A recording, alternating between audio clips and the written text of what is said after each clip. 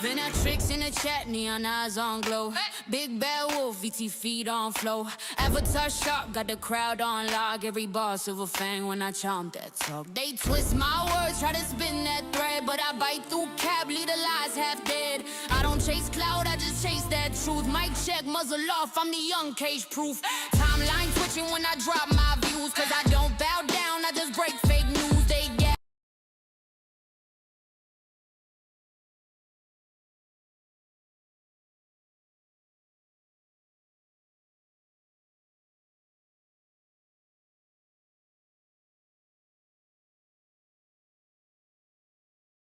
I'm so sad. I don't know what happened to the first YouTube stream. It like broke.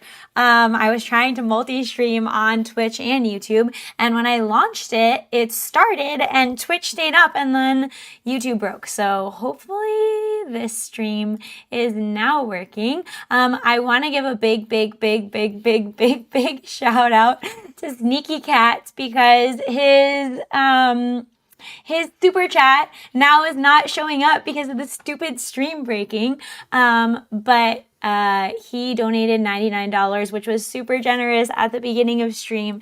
And I just wanted to call that out because, to be honest, for a little background, I have been feeling a little bit sad about stream today because of some ongoing issues that I've been having with my voice. So some of you guys know that I lost my voice a while back from being sick, and just because the nature of my job is like yapping all the time at work, by the time I get through the work week and then get to my favorite day of streaming, a lot of the times my voice is like really tired. And so that was just like the little dose of encouragement I needed today for stream. So that really brightened up my mood with your support and with everybody who donates. I super appreciate that. But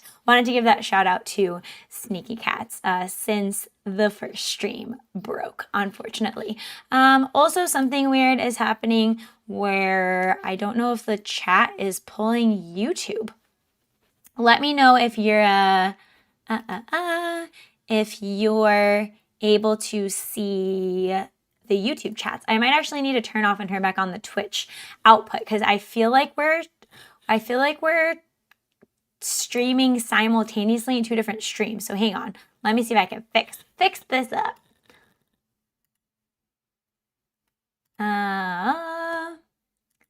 If I turn this off and maybe back on, does that fix it? Only seeing Twitch chats. Yeah, that's what I'm seeing too. Oh, I know what it is. It's in StreamerBot. Please hold. Let's make sure this works. Yep, okay. I see the problem. That should work. Okay. Somebody send a YouTube chat. I think it should work now. Checking. Back on YouTube. Twitch crashed. I turned off Twitch and turned Twitch back on. So hopefully that fixed it. Let's see. Guys, it's never real without the scuff. It's never great without the scuff on this stream. Okay, hold on. Let's see if I can add. Okay, Twitch just turned back on. So now we should be all good. Just, nothing like a little anxiety to start off a stream. Okay, I think everything is going. I see you guys in Twitch and I see everybody on YouTube. Can't make a stream without a few scuffs. Yes. And two more things I want to say. Number one is I gave a shout out to Sneaky Cats, but I also wanted to give a shout out, I don't know if he's here right now, but to Bellcross777 because in my last stream 2 weeks ago, I was watching the stream back and I think it was during the Rachel Wilson section and I was like going on a whole rant and Bellcross commented and super chatted me $10 and a super generous donation. And I read his chat and forgot to say thank you. And I was watching back this stream like, oh my God, so embarrassing. So super thank you to Bellcross777. Did not forget about you. I appreciate your donation and just wanted to call that out as well.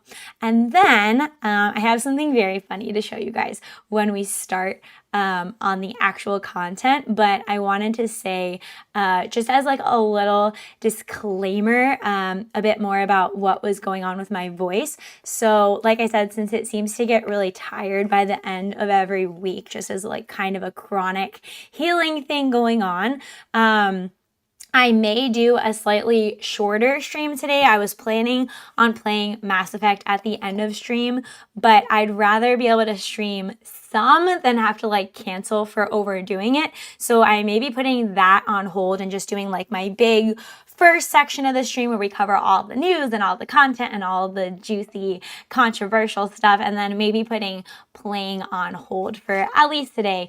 But I am coming up on summer break, so hopefully in a few weeks when I have like the chance to really rest my voice in between streams, this will be totally resolved. But so if you hear me like coughing, just bear with me. We're making it through. I did not want to cancel another stream, and it's gonna be a juicy one, okay? All right. And I'm drinking my electrolytes to stay hydrated. Okay. This is so funny. My inner millennial heart loved this, and I wanted to share it with you guys. I saw this on TikTok the other day, and I don't know like if this person used Suno or what they did, but they made this song out of, let me pull my tabs open. Okay. They made this song out of, let me scoot myself over. Why am I so large? What is going on? Okay. They made this song and it says, turning text from my daughter into an emo song. I don't know if you guys have seen this, but it's very, very funny. I've listened to it a bunch of times. It's actually kind of a banger. Let's make it a little bit smaller. Okay. Okay. Here we go. Enjoy. It's very funny. Oh, also tell me if the audio is too loud or too quiet. I raised my mic up too since my voice is a little sensitive. So let me know if I'm blasting your ears out and too loud. Okay. All right. Can you pick me up, bro, mom? Can you please help me find the remote? Mom, please come here, I have tea. Mom, can you help me empty it? I have rights, and I have freedom of speech. Can you send me $62? Hey, Mom, can we order Starbucks, or can I just walk home? I need the steps, please, Mom, please.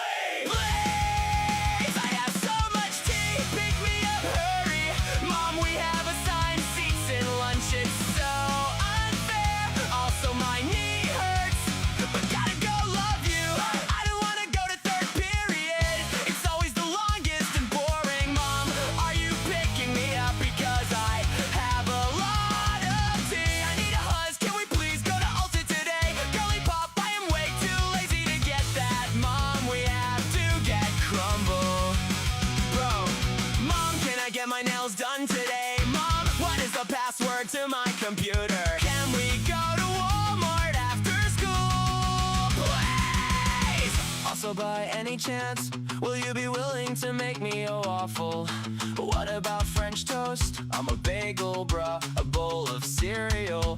Mom, come here! Mom, would you be willing to fill up my water bottle? Mom, I wanted a table and or pop nugs.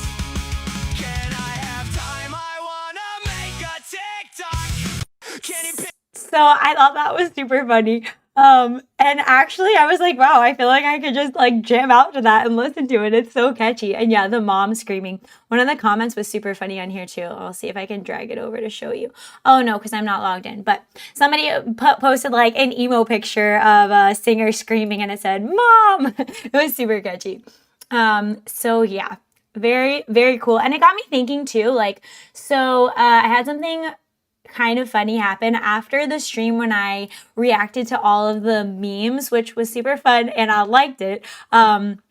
I got like 20 copyright notifications on just that video, and it wasn't like any copyright strikes, but basically it made it so the video wasn't allowed to be monetized. And like, even if you don't have a strike, it can still make your channel look sketchy. And so I had to go through like manually and erase every single meme, which was like 20 separate little videos. And it got me thinking about just how like insane the music situation is when in regard to copyright, because I had been using music that I thought was copyright free, but all of these like copyright music companies can put things in their disclaimers that basically say like, yeah, it's copyright free, except like you're not allowed to use it in any situation that has anything to do with politics or having an opinion at all, which is insane. So luckily for us, Dober Buddy, or Dober King, I think his tag is Dober Buddy on Twitch right now. He made a song that I could use that is not copyrighted. So that's really cool. And I also was able to find like one other song on the YouTube library. But anyways, it got me thinking about like the people that are so anti-copyright, but like, or I'm sorry, are so anti-AI music, for example. But there's actually like this lane that we've been needing to fill of giving us options when we need music, but like we're not allowed to use music because it's either copyright or the free ones that you're technically supposed to be allowed to use. Sucks suck, you're still not allowed to use because they can say, we don't want you talking about politics or whatever. So yes, we are lucky to have our AI music, folks. Hello, Outlaw. Hello, welcome. Mom, so funny. Okay. If you stream on Rumble, you won't have to worry about copyright, and they're trying to get people on the site, including VTubers. Yes, Cecil, I'm so glad that you said that, because something else that just like housekeeping I wanted to share is that I was supposed to do this last week, but it was kind of a crazy week. I am going to probably be switching over to Rumble Studio, which should make our streams a lot cleaner, because right now what happens is if you're like broadcasting in OBS, you have to like keep copying and adding more to your bit rate. And so it lowers like the amount of bandwidth that's left for you to upload, which I think is making it why like sometimes Twitch kind of freaks out. But if I use Rumble, then they just take one stream and they copy it in the cloud over and over again. So I'm not like using up all of my bandwidth for uploading. So probably by summer, I'm going to be streaming on Rumble and all the other platforms as well. That's in the works. Okay.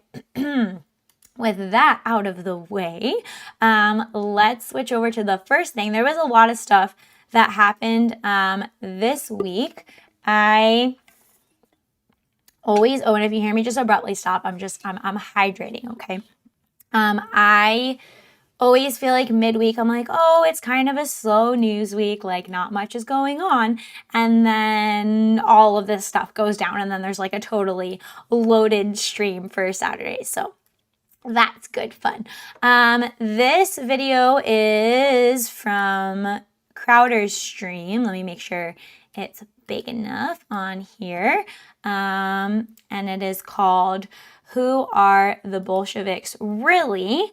Everything You Need to Know. And it was very enlightening as I was listening to this. I don't know what your guys' experience was, but I feel like all we learned about in school was, as far as like history goes, is like the Holocaust and what else did we learn about? The Constitution and some random, like, I don't know, we learned about like Mesopotamia and had to memorize a bunch of facts, and then that was it, and then you graduated. And so I feel like I missed out on a lot of important history, especially when it comes to like communism and what went on in the Soviet Union and like all of that. So this is interesting.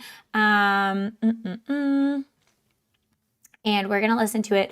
But I will say, so this has been like an ongoing thing with me making some videos saying like, hey, I think that all of the conspiring that the Jews are just responsible for everything is over the top, it's distracting the right, it's divisive, it's emotional thinking. Like this kind of comes after doing quite a few videos like that. And you'll hear Crowder make some really good arguments in here, but I actually think there's a few things that he didn't address that we ought to acknowledge, but there's important context surrounding these things. And so I wanted to get a little more into the weeds of those. So without further ado, let us take a listen. Alrighty. Once again, tell me if it's too loud. Does my voice sound too loud, or does it sound like it could afford to go a little bit higher? Because I could raise the gain on my what's it called? Receiver. Just let me know. Sounds fine. Okay. Okay, great. Somebody said, hey, Wolf Girl, have you seen the video from Close Up Cup? These are my words. I did see it. Yes, I loved that video. It was very funny. I did watch it. Okay. First time chat from viewer. Hello, Holes. I remember you from X. I saw you follow me the other day. Hello, welcome. Glad you can make it to this stream after the last one got canceled. Okay, let us listen. Is to unite the working class. Our main project is to unite the working class in this country against a fascist agenda. We will draw this city closer together.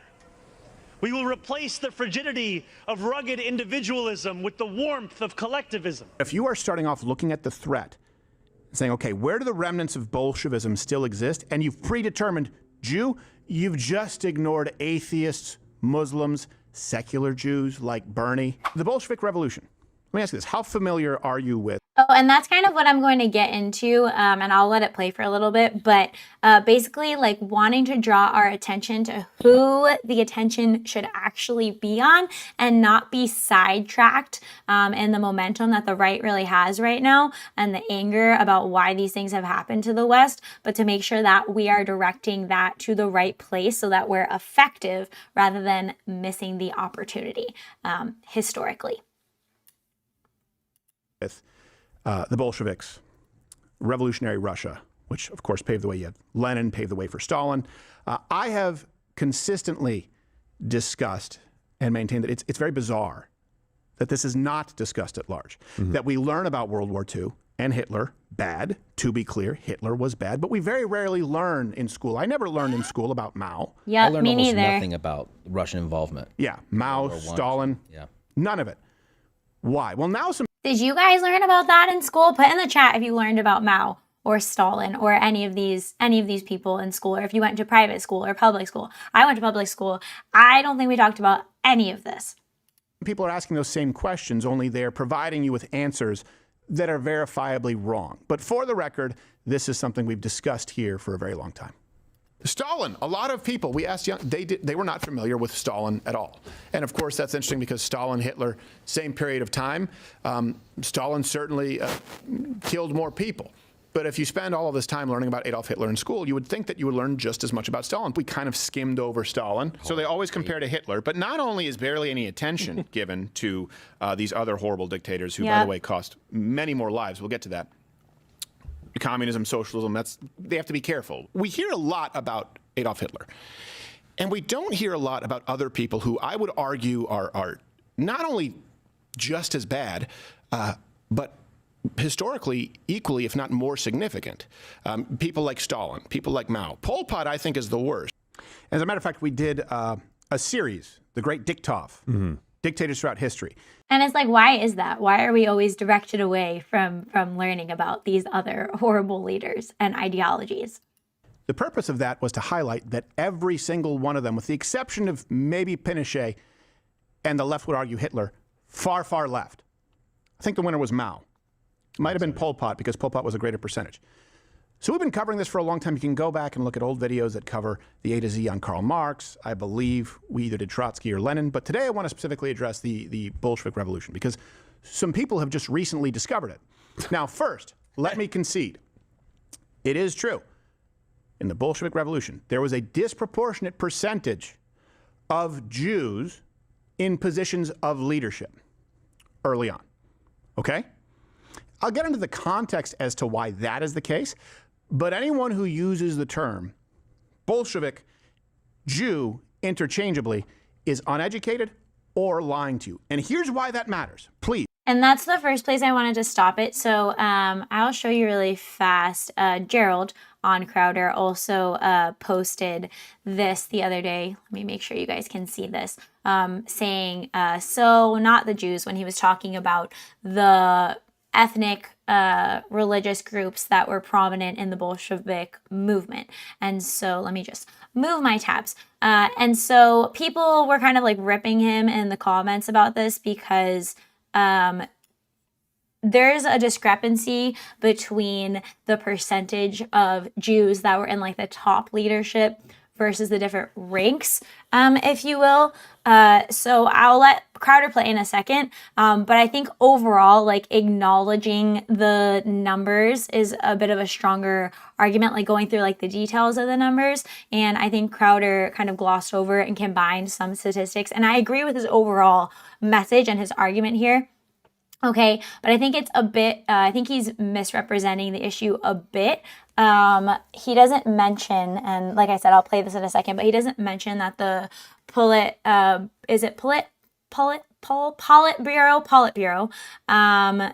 which was the highest level of leadership, had 7 people and was 40% Jewish.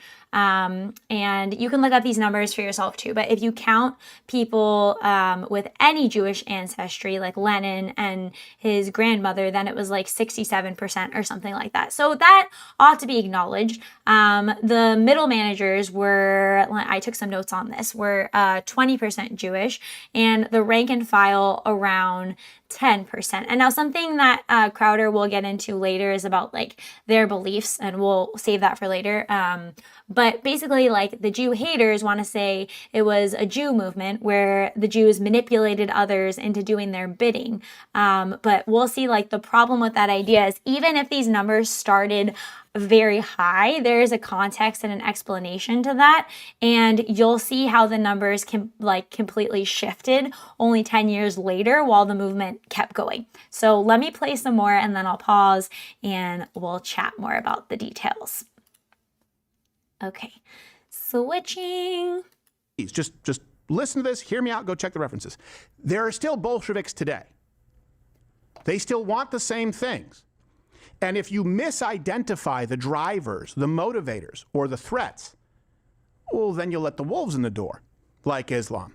Yeah, see, that's the problem, is I fear that if we focus all of our outrage and energy and political momentum on it's the Jews, then we completely miss the people actually doing this, the ideology actually behind the fall of the West, and we lose this chance in history.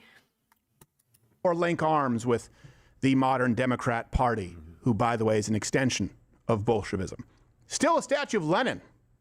Right now, 16 feet high in the United States. We'll get to that. Where do you think it is? That's crazy. He'll show that later. That's crazy. Oh, thank you, MFB, for the super sticker. Thank you. I appreciate it. I don't think I have an animation for super stickers. I'll have to add that. I appreciate you, MFB. Thank you. Who do you think supports it? This brings us to, right now, people new to this, internet intellectuals, however you want to refer to them, Bolshevism is synonymous with Jewishness. In Russia, like millions and millions of Christians were being exterminated by the Bolshevik Jews up there. And the funny thing is, the Bolsheviks were everything that they told you the Nazis were. And they had proven it. They had already made mostly true. Christianity illegal. They had made religion illegal. They'd also made it, by the way, illegal to criticize. Well, people think that the greatest mass murderer was Adolf Hitler. And no, actually, if you want to talk about genocide, the fact that people in America don't know about what the Bolsheviks did to Christians, where did the idea of a concentration camp come from? The Bolsheviks. And by the way, that is true. That is true that they did persecute, kill Christians, because Bolsheviks, and especially if you look at the leadership of Lenin, was distinctly anti-Christian. Now, if we're going to say they were all Jews. Well, I'll get to the numbers. It was about 5% of the Bolsheviks were Jews. They made up anywhere from 2 to 5% of the population. And this is where he's kind of going through like the other numbers, but I gave you guys the statistics of the leadership. That's what really gets criticized. That's what Gerald got criticized on X for, that 40% of the top leadership. And I will just say, 40% or 67% of 7 people, right? Like I understand the way percentages work in proportion, but like that's kind of similar to saying if we had a Jew as president, like the Jews are running America, or if we have Obama as president, like the blacks are running America. Like you need more evidence than just that as running versus influence. More of the leadership. But some of these places include people like Lenin as Jew. Well, he did have some Jewish ethnicity in his family. His parents, they converted to Christianity before he was born. He was distinctly atheist, and he wanted to destroy the idea of God. Peace. I believe he was like less than a quarter Jewish. I think it was just his. Grandmother or great grandmother, something like that. I'll have to look it up. But it's funny because even as far as I understand, even by like Nazi standards, he would have been a small proportion enough to not like count as a problem, which is ironic because then the criticism is, oh, he's actually Jewish. Without God was one of their slogans.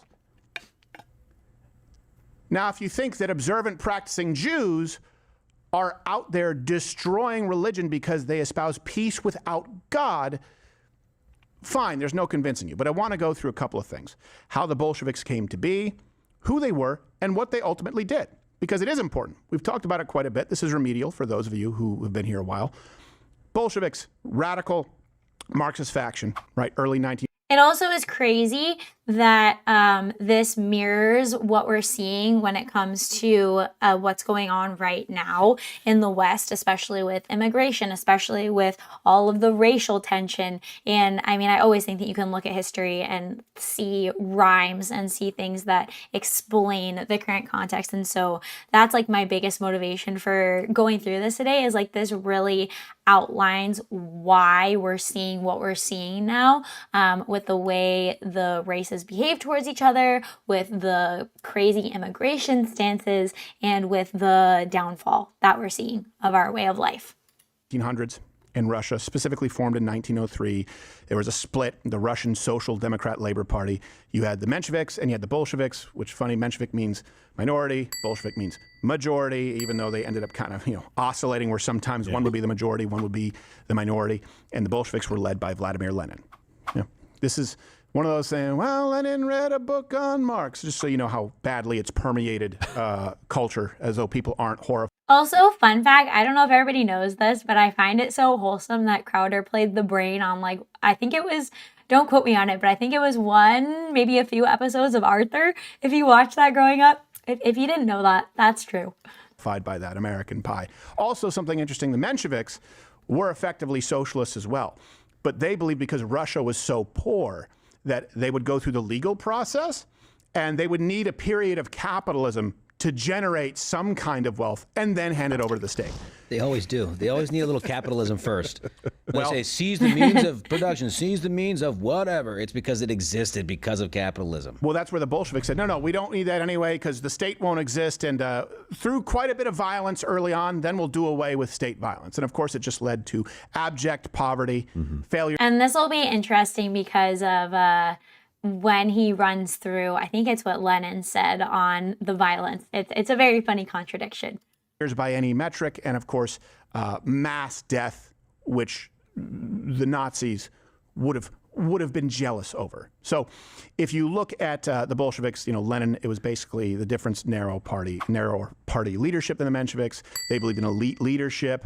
They didn't believe in democratic decision-making. They said a conversation will take place, but everyone gets in line and marches once they have orders. So it's almost a self-defeating argument. Little self-defeating. This point, but they believed in radical political revolution, and it was distinctly anti-God, distinctly anti-Christian because of the Russian Orthodox Church at that point. A party, I think, formalized, I believe it was 1912, conference in Prague. Okay.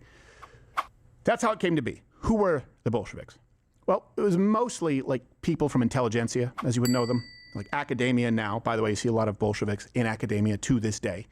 That's where you see a lot of. And that's also super relevant because when you think about like why the Jews, the context for why they would make up such a large proportion of the leadership, of the highest leadership of the Bolshevik movement at the beginning, it makes a lot of sense. Crowder will go into some of the reasons here, but also, this movement was in the intelligentsia stage. They weren't out in the streets at this point. They were, like he said, academics. They were, doing propaganda. And like we know that Jews have the highest IQ. So it would definitely attract that type of person.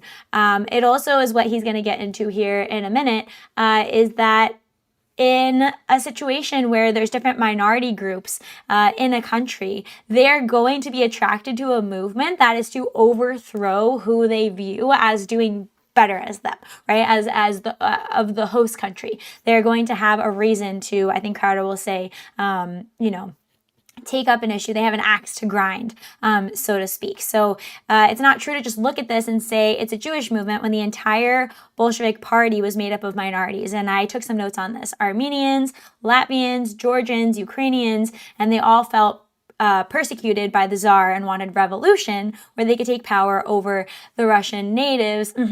Sounds a little familiar to our modern lefties. Let us not forget who the left is largely made up of right now, and who the left tries to really take in. Like, I feel like people on the left get really upset when a minority, somebody from a minority group doesn't float their boat with their side, and they're like, no, actually, I'm for the Republican side. Lefties don't like when they can't always grab the minorities as their poster children, so to speak. A lot of socialists, a lot of people who say communism in theory works. Factory workers, peasants, very similar to the alliance that we saw before the restructuring of right and left under Donald Trump. It was intelligentsia and then kind of big unions. Right. This brings us to, were they all Jewish? Side note, the unions are like that now. I posted something the other day on X about the NEA, pretty sure they're the largest teachers union in the US, and they are technically private, but they don't really like frame themselves like that. I don't know. When you become a teacher, it seems like that's just what you do. You just join the biggest unions, and they're all very motivated in their reasoning. They're all very left. They're all pushing a very satanic agenda. I think there's a few like right-wing unions, because I don't think that worker organization is a problem. It's how they're doing it.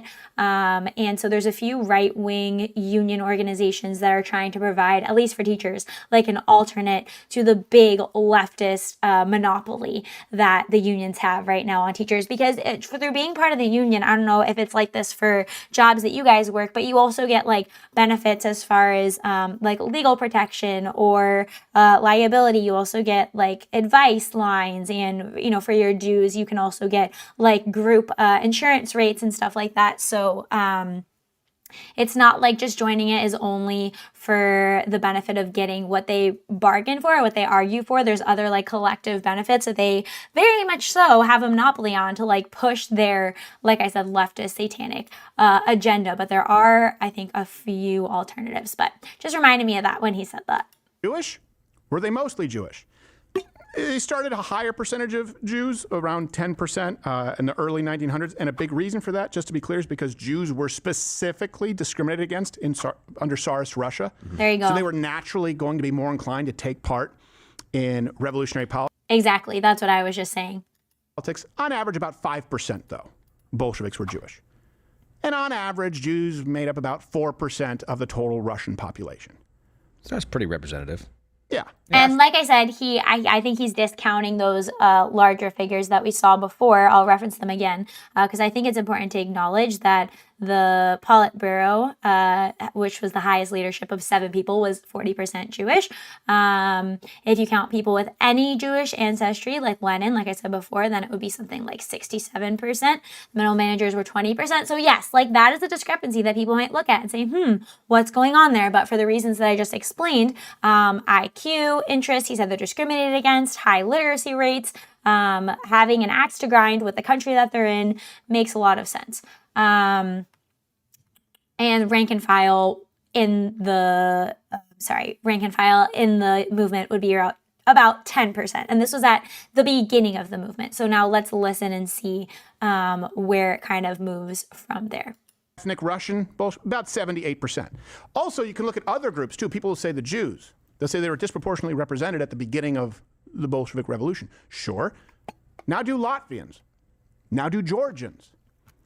Why? Because people who had an axe to grind would try and ride the coattails of any revolutionary measures at that point in time. Let's say during the American era of slavery, there was a party that specifically came about and said, you know what? We are going to free the slaves. Well, of course, that would be the party they support for a very long time. Of course. Yes, I just described the Republican Party. And something else I wrote in my notes that I wanted to acknowledge is, like I was saying, that the Jews rise to the top of intelligentsia movements like this in disproportionate numbers is a matter of Jewish IQ. Like, is there room for any influence of genetic behavioral proclivity? Like, I would say some, but nowhere near what these people want to think. That make this like the be-all end-all argument. I think matters of ideology, like the communist mentality, aren't explainable by just that. Behavioral proclivities are matters of impulse, and I think different groups have different impulses, but everybody shares a difficulty like in controlling those more or less. And so while I think that ideology, can serve to justify indulging in certain impulses, it isn't arrived at through impulses. But a lack of Jesus, or the at bare minimum lacking a basically life-affirming, reality-trusting worldview. And I think that's really what's at the root of this here. And I think this is something, like I said, that we can see applied today. And I think it's important of where we're aiming our target for when we see like, oh, is this the problem? Is that the problem? What exactly is going on? Let's diagnose it. Let's figure it out. Let's condemn it. I just think it's important to have those nuances. So that's why. The context does matter. Now, they did make up quite a bit of the leadership, Jewish people, of the Bolshevik leadership, about 28%. Ethnic Russians, 42%. The category would be somewhere around 30-something%. But here's the thing. The reason for that, too, is Jews made up a significant percentage of all of those involved in politics in that inter-revolutionary period. Why? High literacy rates. Big part of that is they were limited in certain jobs that they could do. So a lot of their jobs involved literacy. A lot of their jobs involved intellectual endeavors. They were discriminated against, to be clear. And it doesn't justify anyone taking part in Bolshevism, to be clear. Hate it. I've been talking about it for decades. Jews made up about 10% of all political elite. Check the references. I make this all available to you. Ranging the whole political spectrum, by the way. So people say Jews made up a disproportionate amount of the Bolsheviks. Well, no, as far as total Bolsheviks, 4% of the population, about 5%. They made up a huge percent of the leadership. Again, those numbers are muddied because you have people who may be ethnically Jewish. The one thing of which you can be certain is there were no faithful practicing Jews who wanted to maintain their practices with synagogues and the right to worship who were Bolsheviks. They were secular. But to be fair, like, yes, I think they were secular, but I will say, like, I think the likes of the horseshoe right that would criticize the people in power here of being Jewish, and it doesn't matter if you say they're secular. I don't think that the likes of, like, the Candace Owens type, I don't think that that argument flies with them, because they don't think that, they think that they're inherently bad. Like, they think that there's a genetic component. They think that they're satanic worshiping by nature. So that argument, I just think, like, isn't even worth really addressing with them, if that makes sense to what Crowder was saying there. I don't think anybody, like, even in their criticism, like, if we steel-manned the horseshoe right, I don't think that they would say that it matters that they weren't practicing going to synagogue, because they would say it's not about that as their criticism. Very much in the same way that comparing Ben Shapiro to Harvey Weinstein wouldn't be fair. Or people celebrating Passover, their local synagogue, local temple wouldn't. Sorry, I saw somebody say, it was Zara, Crowder mentioned they were being discriminated against under the Tsar's reign. Is there any info as to why? Google says because the Tsar suspected Jews of being responsible for an anarchist assassination of the previous Tsar. The Bolsheviks, after seizing power, discriminated against the former ruling class, including the Tsar and his family, viewing them as enemies of revolution. I don't know. That's a great question to get into the details of that. Zara, good question. Not be comparable to, those who are involved in the UN or the WEF who don't believe in God at all. Here's some actual proof of that. The 1918 constituent elections, there are about 417,000, 490-something thousand, depending on the numbers you use, votes for Jewish parties. They mostly went to Zionist parties, about 80,000 of which went to socialist parties. And this is something else that I wanted to touch on too, an interesting point, because he's talking about who the body of the Jewish population in Russia voted for. And something interesting is because I think that there is often an argument that the Jews always lean this to this leftist communist kind of ideology. And while the Jews in the US, as far as I understand, check me on this, the last time that there was a poll done, I'm pretty sure they do lean that way. And that's a problem. Anybody who's part of that movement is contributing to an ideological problem. But that's not true. We would have to be making the argument that that's true wherever they are. And that's not true in Israel, where there's actually more Jews than in the US. That's not true in the UK. They're more conservative. In Israel, they're on the conservative end. So you can't just apply that across the board to the entire population. And I don't know, I haven't looked at a poll on it, but I wouldn't even be surprised if it's even less leftist here now with everything crazy that has happened than it has been. Bolsheviks were not even amongst the top 3 supported by Jews in Russia. So there were far, far more Jews in Russia who were opposed to Bolshevism than those who supported it. Yes, disproportionate percentage of those in leadership were Jewish. Here's a fun fact, too. The term Jewish Bolshevism, to try and confuse you and believe that the problem is Jews, not Bolsheviks, who are Marxists, communists. Lenin was effectively Karl Marx. He was Karl Marx in a position of leadership. Mm-hmm. It was popularized directly by those involved with the Nazi Party. Dietrich Eckart, founder of actual Nazism. Alfred Rosenberg, Nazi official. And then, of course, you had Henry Ford, who was writing letters to Hitler, hey, pen pal. Yes, I remember learning about that. I don't know when I learned about that, Ford's involvement with Hitler. Great making cars, not so much on this issue. Right. What did the Bolsheviks do? So this brings us to who they were, who they weren't. And really quickly, I've, again, said this why don't they talk about Stalinist Russia? Considering that far more people were killed. Yeah. For the same reason they don't want to discuss Maoist China. I mean, and I think we should learn about both. We should learn about the extremes of both ends of the political spectrum. They don't really want to discuss Pol Pot's Cambodia. Because the left doesn't want to direct you to the history of the left. True. Because they still exist. True. They're still trying to convince you that Bolshevism, Marxism could work today. So they don't want to point you to the hundreds of millions, historically, of deaths at the hands of the left. People simply now say, well, it's because Jews don't want you to. And that kind of argument also really falls flat on its face, because I don't know if you guys saw this. It was a while ago when Crowder did, he went into an all-black barbershop in a black neighborhood, and they were just making the dumbest arguments when he was trying to argue with them about reparations. And what would you say to that?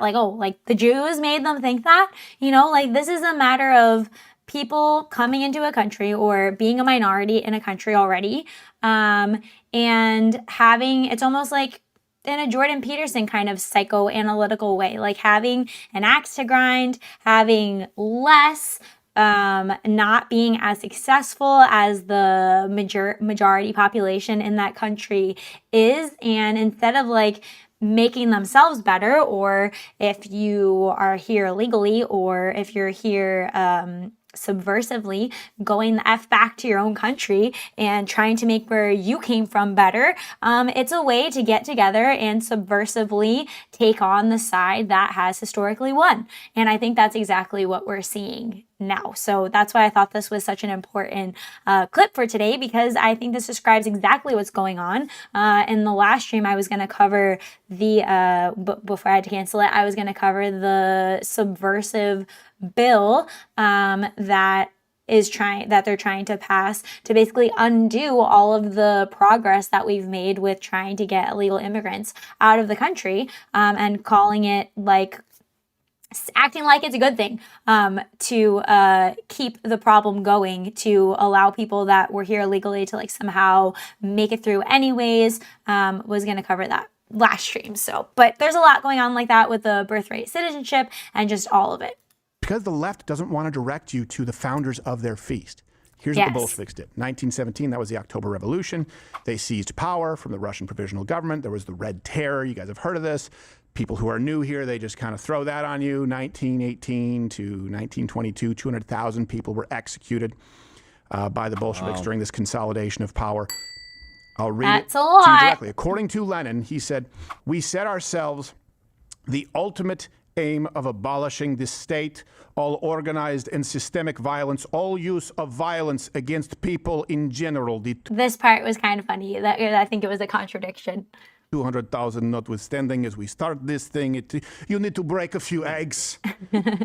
We do not expect the advent of a system of society in which the principle of subordination of the minority to the majority will not be observed.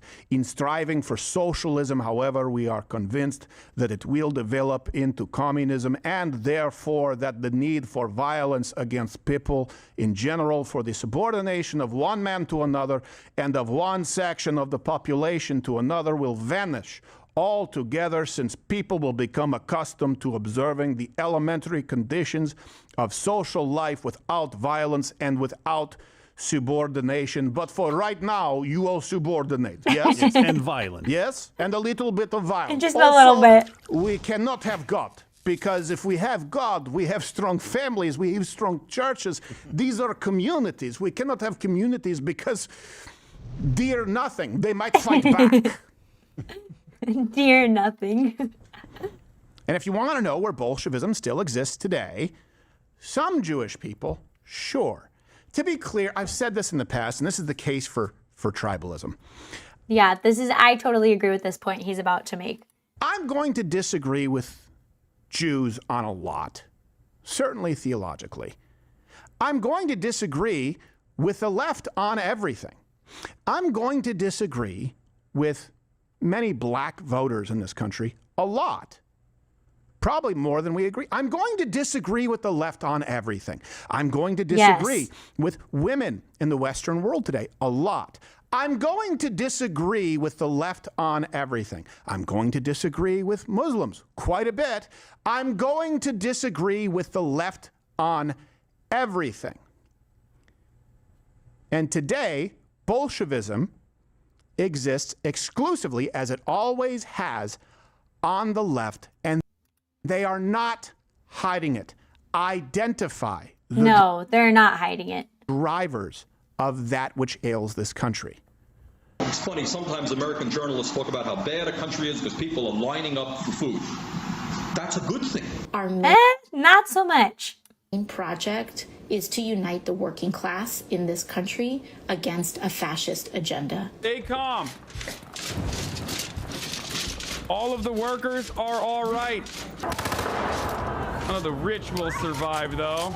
None of the rich will survive, though, says the multimillionaire. Which I think is just such a perfect example of Hassan saying that like, it's a racial thing. Like I said, it's about the minority groups using this subversive organization to take on the host country's success. We will draw this city closer together. We will replace the frigidity of rugged individualism with the warmth of collectivism. But then there are also other issues that we firmly believe in, whether it's BDS, right, or whether it is the end goal of ceasing the means of production, where we do not have the same level of support at this very moment. Oh, and something I wanted to say, I was just looking over my notes to make sure I didn't miss anything. Something that I wanted to say was, so when I laid out those numbers of how the Bolshevik movement started with the greater proportion of Jews, the thing is that 10 years later, only 10 years later, after Stalin killed Trotsky and the Politburo dropped to 10% Jewish, and the rest of the numbers dropped as well. And the movement continued forward from, what was that, like 1930 until the 80s. So a good 50 years of the movement still existing. And I'm pretty sure that was like a big thing that the Civil War was over, was like who is going to make up the majority moving forward. So it's not like this started in these great proportions and stayed that way the whole time. And like you could argue like, oh, well, it declined after. It's like, but it was 50 years. So there you go. Is that your Discord or mine pinging? Well, I'm not logged into my Discord, so am I? Oh, I lied. I thought I was logged out of my Discord. Sorry. My bad. Let me make sure that that is not going off. I didn't even hear it though. That's so weird. Thanks for mentioning it to me, though I wouldn't have noticed. But so you get what I'm saying. The numbers dropped and the movement continued. It was obviously about the ethnic minority groups in the first place and not about one group controlling all of the other groups. Wait, I just saw a relevant chat. So it was started by the Jews. No, my argument would be it was influenced by the Jews because of their axe to grind, because of their gripes with the society, and also their high IQ being drawn towards the intelligentsia part of the movement, the propaganda part of the movement, and then influenced just like it would be by any other group with influence. Google said it was even 0 by 1926 and only became 10% by 1930 because a new Jew was elected. Interesting. Kage causing Discord pings. Kage in the Discord. Okay, let's listen to the rest of this. The NYC commies spewed dirty words. The reason this matters, if you are starting off where you have said the through line is Jew, yeah, I will say this, secular humanist Jews have presented quite a few problems for the United States. Agreed. I will not disagree with that. And I agree as a matter of and we ought to acknowledge that. Foreign policy, by the way, that we need to look out for the interests of our country first, and AIPAC can go screw themselves with the wire brush. Yes. But if you are starting off looking at the threat, saying, okay, where do the remnants of Bolshevism still exist? And you've predetermined Jew, you've just ignored atheists, Muslims, secular Jews like Bernie, Buddhists. Yep. But there is one through line that is remarkably consistent. They're all leftists. Yes. And you don't see it anywhere on the right. At least you didn't for a very long time. You need more proof. Modern day Lenin acolytes. A lot of celebrities. They love to venerate another Marxist, another Bolshevik of another flavor. Yes. Che Guevara. I'm pretty sure that some schools even celebrate Che Guevara Day. I'm pretty sure that's a thing in the U.S. Stamp it on a T-shirt and sell it for $29.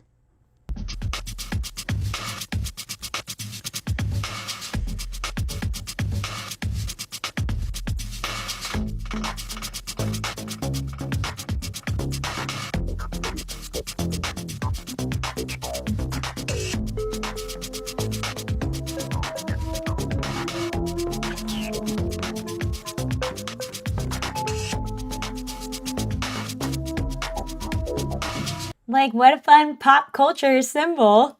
Now, if you see all that and go, through line Jew, you may need to check your biases. Let me give you another example. Lenin, we're talking about the Bolsheviks, led by Lenin. To be clear, there's still a statue of him in the United States today. Matter of fact, it's a statue that they would they refused to erect in Russia. That's crazy. They've actually brought it down. They brought it. You know what's insane too is like, I feel like because we don't, at least in like a systemic way, we don't learn about this in school. I guarantee you most people would like walk past the statue and be like, oh, whatever. Like, it's just some old guy. Like there's no context that most people walk around with, or they support it.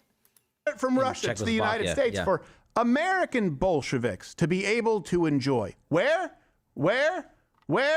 Seattle. Seattle, of The course. first leader of the Soviet Union seems like an unlikely figure to be immortalized in the U.S., but this statue of Russian revolutionary Vladimir Lenin has sat at the Seattle intersection since 1996. The Czechoslovak Socialist Republic commissioned and displayed Emil Vankov's work, but then a year later, the Soviet Empire collapsed. Like many other depictions of Lenin, it was soon taken down. Years later, Washington native Louis E. Carpenter, now living in Slovakia, discovered it laying in a scrapyard. He argued the statue's artistic merit to the Slovak government. A deal was made for $41,000, in which he mortgaged his house to fund its purchase and transport. Wow. In August 1993, it arrived in Carpenter's hometown of Issaquah. Sadly, Bellcross, are you just getting here? Hello, welcome, Bellcross. I'm just going to say it again since I just saw you in chat, but I saw your donation 2 streams ago that I totally glossed over because I was deep in my yapping rant. And I just wanted to say thank you for the $10. So thank you. I did not forget you. I was like, I totally forgot. Thanks for being here again. Thank you. though only months later, he was killed in a car accident, leaving the statue's status in limbo. A couple years later, local artist Peter Bevis facilitated a deal to display Lenin here in this intersection until the family finds a buyer. That was almost 30 Like, who the F is gonna buy this? years ago. So here it sits, an unlikely Cold War-era landmark in a city that played a huge role for America during World War II. Nice. Now, I know someone's probably going to find a banknote or someone who co-signed a loan. See, Jew. Okay, sure, fine. But Jews make up about 2% of the greater Seattle area. So hey, that's a great point. They wouldn't be able to be the reason that that statue that has 4.5 stars on Yelp. You know what may contribute to it? If you're looking for modern-day Bolshevism, King County, where Seattle sits, is one of the bluest counties in the country. Uh-oh. So if you're trying to identify the drivers of modern-day Marxism and Bolshevism, yes, you will find quite a few Jewish Americans because you'll find a lot of them in intelligentsia and a lot of them in endeavors that involve the mind as opposed to the hands, not a very robust physical people. But with that They can do statue, it, they just don't want to. you're far less likely to run into this.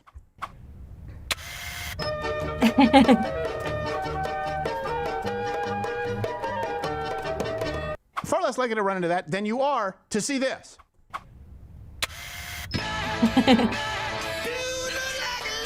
Hilarious. Yeah. And here's the thing, too, and I know we're going to have to leave you, and this is one of the, no one wants to wade into these conversations right now because I know someone will say, you're paid by the Jews to say this. Of course people will say that. You know what? You sound like a liberal. You sound like a Bolshevik. True. I've been around here a long time. You know what people used to say? Oh, you don't support the Kyoto Protocol, first the Montreal Accord, then the Paris Climate Agreement. You must be paid by big oil. And that is 2 degrees. This is such a great argument. Of retarded, lazy arguing. First off, it's not something that can be proven or disproven.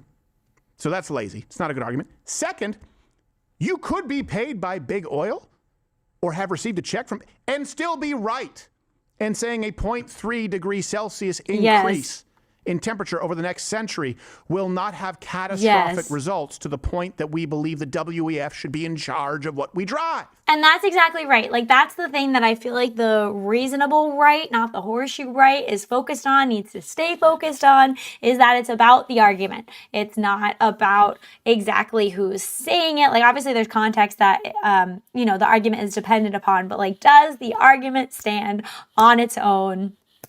Done. It's 2 layers of lazy arguing. And I've said I will open this up to any commentator who's willing.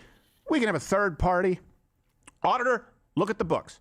I can tell you not only have I never received a dime from any foreign entity, any foreign country, we also don't receive money from nonprofits who undoubtedly have a lot of influences that may be both domestic and foreign.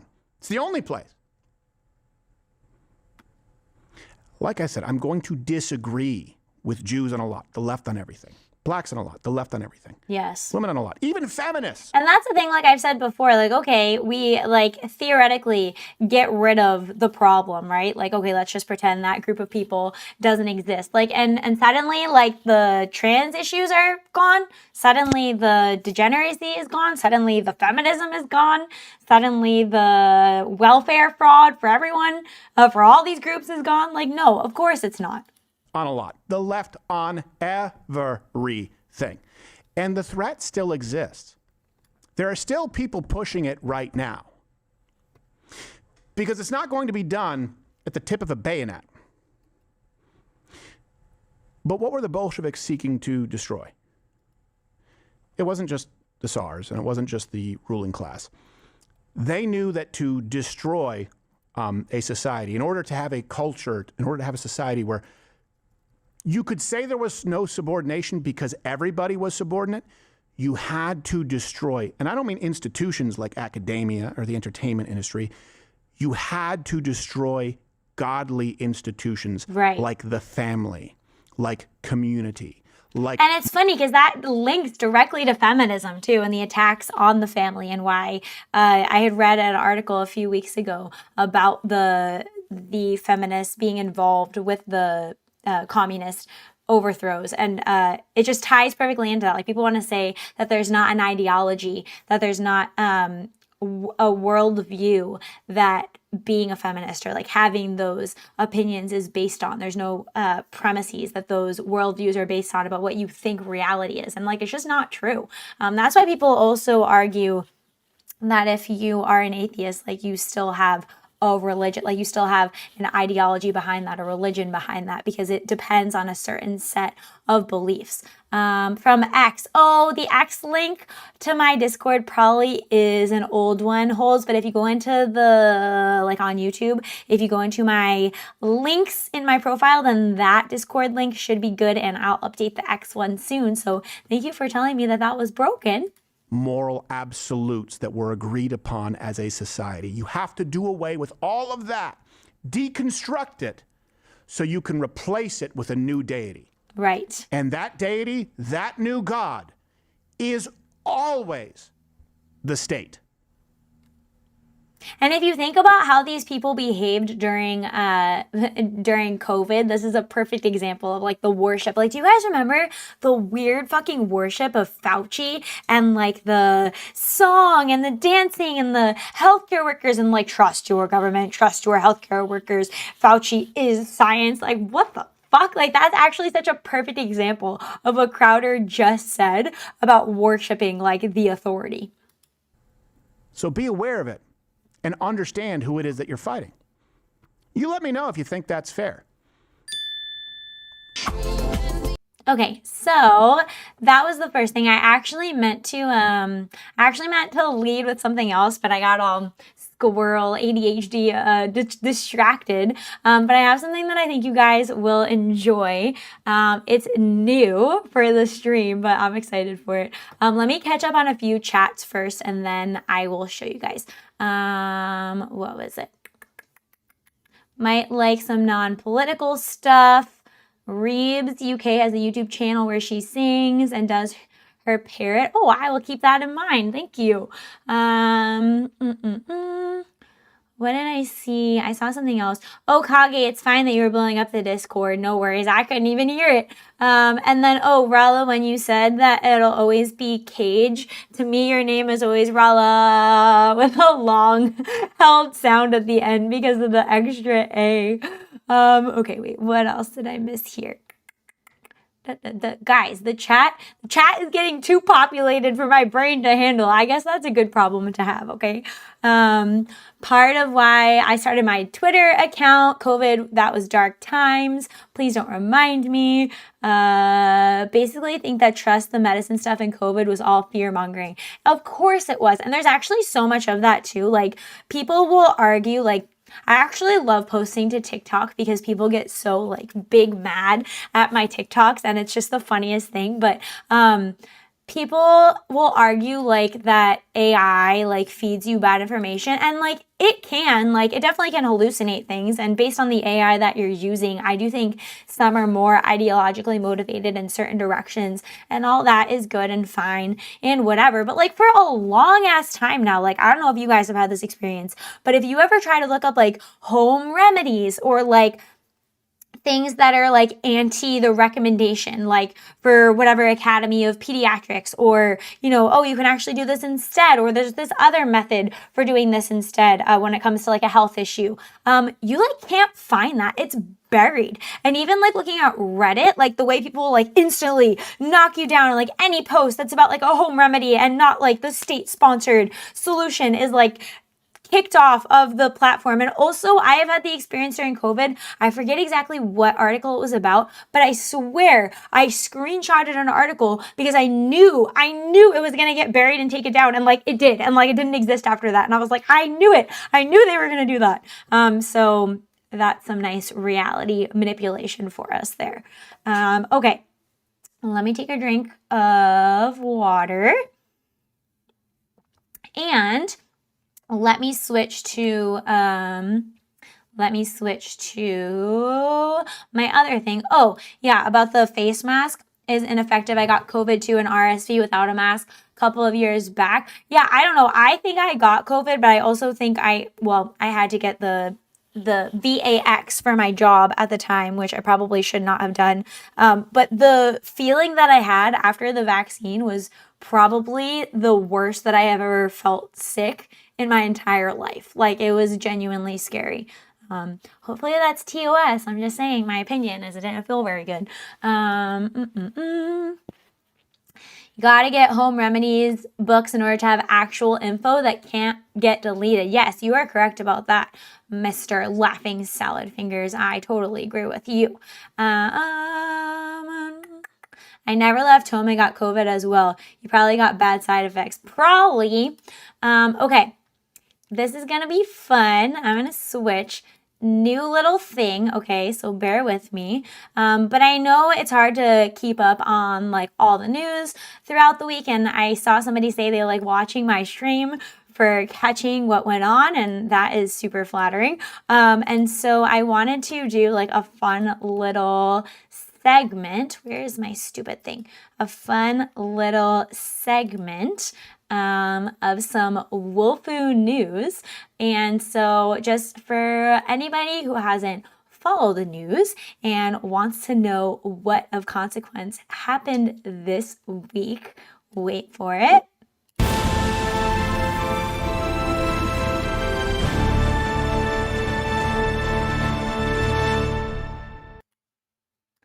So this week, Trump blockaded the Strait of Hormuz. Dems failed to pass a war powers resolution to try to stop Trump from attacking Iran.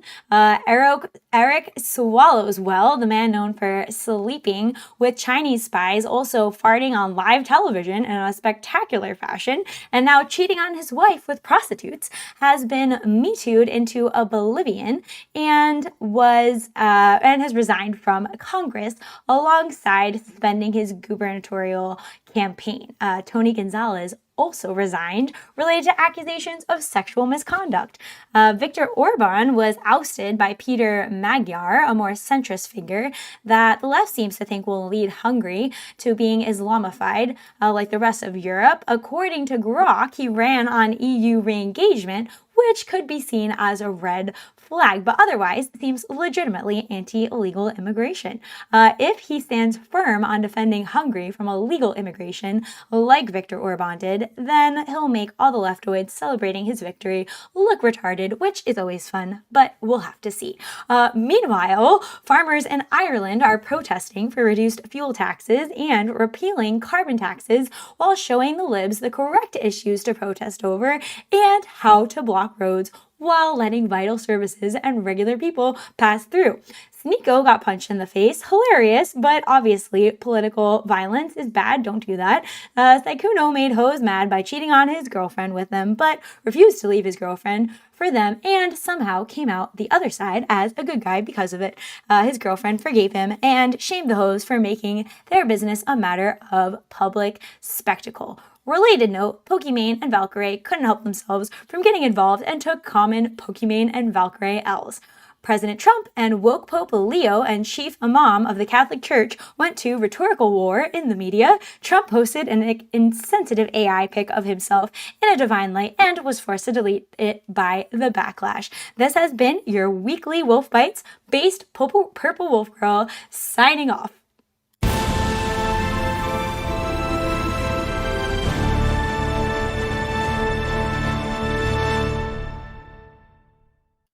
And that's the news for this week. So that was just a fun little thing that I wrote down ahead of time to read, just to recap everything that went on this week. If you like it, let me know. If you hated it, let me know. If you think I should have included other things, let me know in the chat. I hope that you enjoyed it. And let me see what's next. I have, let's see. Crowder, blah, blah, blah. Oh, okay. Yeah, so a couple interesting things. This was a video that I saw the other day. I'm not sure about like all of the details of this, but it definitely is like causing some pattern recognition. It's very interesting. This came from a man of memes on X. He said, I'm not saying this is true, but it's interesting. If you overlay Christian beliefs on the end times with Islamic beliefs on the end times, what you will discover will send a chill down your spine. Buckle up for this one. This is super interesting. I'm curious what you guys think about this one too. Okay, let's take a listen. If you start doing a deep dive on Christian beliefs about the end times and Islamic beliefs about the end times, I'm going to show you some things that are A, going to blow your mind, and B, going to send a chill down your spine. In Islamic eschatology, there will be an end times messianic figure that's called the Mahdi that usher in the end of the world and paradise in Islam. Now, I'm going to bullet point for you what Muslims believe. Also, keep an eye out. I definitely need to do more deep dives on Islam and learn a lot more about it myself, but hopefully that will be coming in some future streams as well. The Mahdi will do. If you are a Bible-aware Christian, you're going to have a whole bunch of like flashing red lights in your head going, whoa, whoa, whoa, that sounds familiar. In Islamic eschatology, the Mahdi will emerge as a charismatic messianic world leader during global chaos. He will take control of the world and destroy everyone who resists him. He will invade many nations. He will rule and reign for 7 years. He will broker a 7-year peace treaty with the Jews. He will conquer Israel and massacre the Jews. He will establish an Islamic one-world government headquartered in Jerusalem. He will establish Israel. And like he runs through a lot of this very fast. And like I said, I'm not saying that it's all necessarily lined up like if you went through the biblical interpretation, but it is very interesting. Islam is the only acceptable religion. He will come on a white horse. Hello. With supernatural power doing signs and wonders. He will be assisted by a powerful prophet. Now listen, if any of that sounds familiar, it is a precise description of the Bible's Antichrist. Creepy. Islam's Mahdi is the Christian Antichrist. And also, like, what the fuck is the Pope doing, right?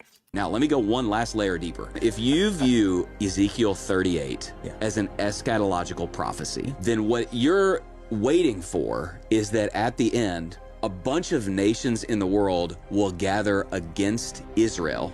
They will wage a multi-front war, and it's going to look like Israel is going to be destroyed, and that at that moment is the moment that Jesus Christ will return, war horse, tattoo on his thigh, fire in his eyes, sword out of his mouth, and he will destroy them and put down the enemies of God. Now, dude, here's what's insane. It's using the names for those nations in the time that Ezekiel was written. Gog and Magog corresponds to primarily Russia and Central Asia. Meshech and Tubal, that's Turkey. Persia is Iran. Cush is Sudan. Interesting. Put is Libya. Gomer is Turkey, and Beth Togarmah is also Turkey. All but one of those today are Islamic nations. And guess what is the fastest growing religion in the only one of those nations that is not yet an Islamic nation? Russia. Yikes. I'm just telling you, man, I don't know how to read these things without at least wondering if Islam, the rise of Islam, is ushering in the events of the biblically prescribed end times. Now listen, Christians should love Muslims. God loves all people, wants to save all people. They're Gentiles too that God wants to save. Christians should hate Islam. It is a demonic ideology and religion that destroys and enslaves the people that adhere to it. So I thought that was interesting. Like I said, I'd like to do more learning about Islam on stream, potentially in some future streams. So I think that that was interesting. Like I said, I don't know about every single thing lining up, but certainly there's some interesting patterns there to what we're seeing. And I know, like, when people say, like, oh, everybody's always saying, like, it's the end times, like, I personally, like, what am I supposed to know? But, like, I don't think that it is, right? Like, when people say that, I don't think that it necessarily is. But if it were, I wouldn't be surprised. I think that's my position on that. Don't think that it is. People have always thought that it is the end times, but if God were to make it obvious that it were, I'd be like, oh, well, I guess it all makes sense now. So that's kind of my position on that. And then I'm going to switch to this one. So it was kind of interesting what happened with Trump related to the Pope, and then also related to the AI image that he shared of himself and, like, that divine light, and got a lot of backlash for. I did want to just, like, briefly weigh in on that. I do think that the image itself was offensive, and I totally understand why people were offended by it. I do think it was offensive to Christians.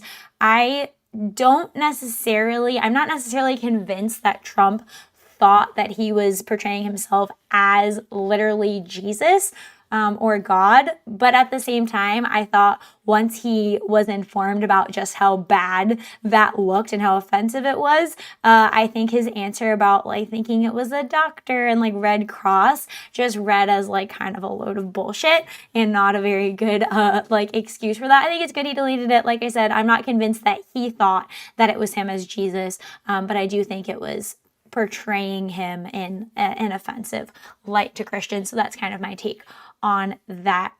Also made some sense in context of the back and forth with the Pope. And then there was this post. President Trump calls out the hypocrisy. He just posted, the media had an affinity for portraying Barack Hussein Obama as a messianic angelic figure. That's true. I don't know if you guys remember these pictures. If I can make it bigger, can I maybe make it a little bigger?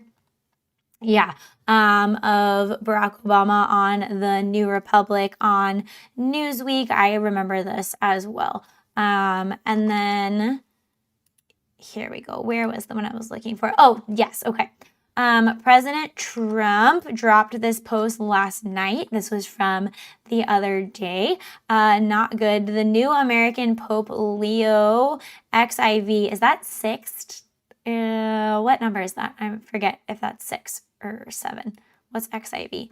XIV number. Let's just look. Oh, 14? 14. Good job, chat. You guys are smart. A+ on your math test. I was just testing you, Zara. Turns out that he was out here bashing Trump, ripping J.D. Vance, pushing open borders, big government, gun control, COVID jabs, and jumping on the George Floyd bandwagon with the usual reject racism and seek justice script. He even retweeted that kids in cages, shame on America nonsense, while conveniently ignoring who started the whole thing. The internet is forever. I think I can make this a little bit bigger. Let me see. Okay. Yeah, so he is basically retweeting. It's fascinating to see what social media reveals about a person before they become the Pope. Before he became Pope Leo XIV, Cardinal Robert Prevost was on Twitter doing all those things I just listed. And the account was deleted the day that he was elected. So very interesting. Fetal fentanyl all said from a literal palace surrounded by walls built to keep Muslims out. I'm pretty sure they also have a Muslim prayer room now. I think I saw that as well. So interesting. And then, oh, this was also interesting. I see people saying like there's a Charlie post for everything. And I've seen a few that are like have aged very well. So this was Charlie talking about Pope Leo. And when he first became Pope, I believe. So let's take a listen. And the Pope is... Hey everybody, there's a new Pope and the Pope is from Chicago. What do we actually know about this new Pope? Well, the Pope is from Chicago. I am as well. He served in Peru. By the way, I'm not Catholic, by the way. I'm evangelical, but it still matters who the Pope is. He is a registered Republican and voted in Republican primaries and ran a pro-life group at Villanova University, so that's a good sign. Also has some, let's just say, not so great tweets about having some willingness for open borders. We'll see kind of how he is on that. Also some George Floyd stuff that I'm not too crazy about. There you go. But overall, it seems like he's a pro-life warrior. There's a lot yet to learn about this Pope, but I hope that he will be a strong advocate for strong borders and for sovereignty. The first ever American Pope. You're going to wonder, why is it that they picked an American Pope? Could be a coincidence, could be nothing, or... Great question. They want a voice that is also for the opening of American borders while we have President Trump. Who knows? Let's see. But, by the way, borders are biblical. Close your borders. Love your people. You should, of course, love everyone. The best way to love them is to have them make their countries great. And our God is a God of order, a God of structure, and does not want millions of people... Not hippie Jesus, everyone. ...who we do not know coming into our country in the dilution of sovereignty. So there's a new Pope. A lot more to learn about it. And congratulations to all Catholics who are excited about it. Some people are saying he's super liberal. We know he was a registered Republican. Time will tell. And we'll keep all Christians in our prayers, Catholics included, that this is for the betterment of humanity. So I think that aged pretty well, and he seems way worse than even Charlie Kirk thought at the time. I have a few more things I wanted to cover. We're going to get into some Asmongold reacts and, another, some anti-feminist propaganda I happened to come across. So yeah, that'll be juicy. I'm going to take a super fast bathroom and just like rest my voice for a few minutes break. And then I will come right back and we will keep going and having a wonderful time. Thank you for being here. Thank you for watching. If you haven't already, click the like button if you're liking what you hear, and I'll see you very soon. I'll be right back.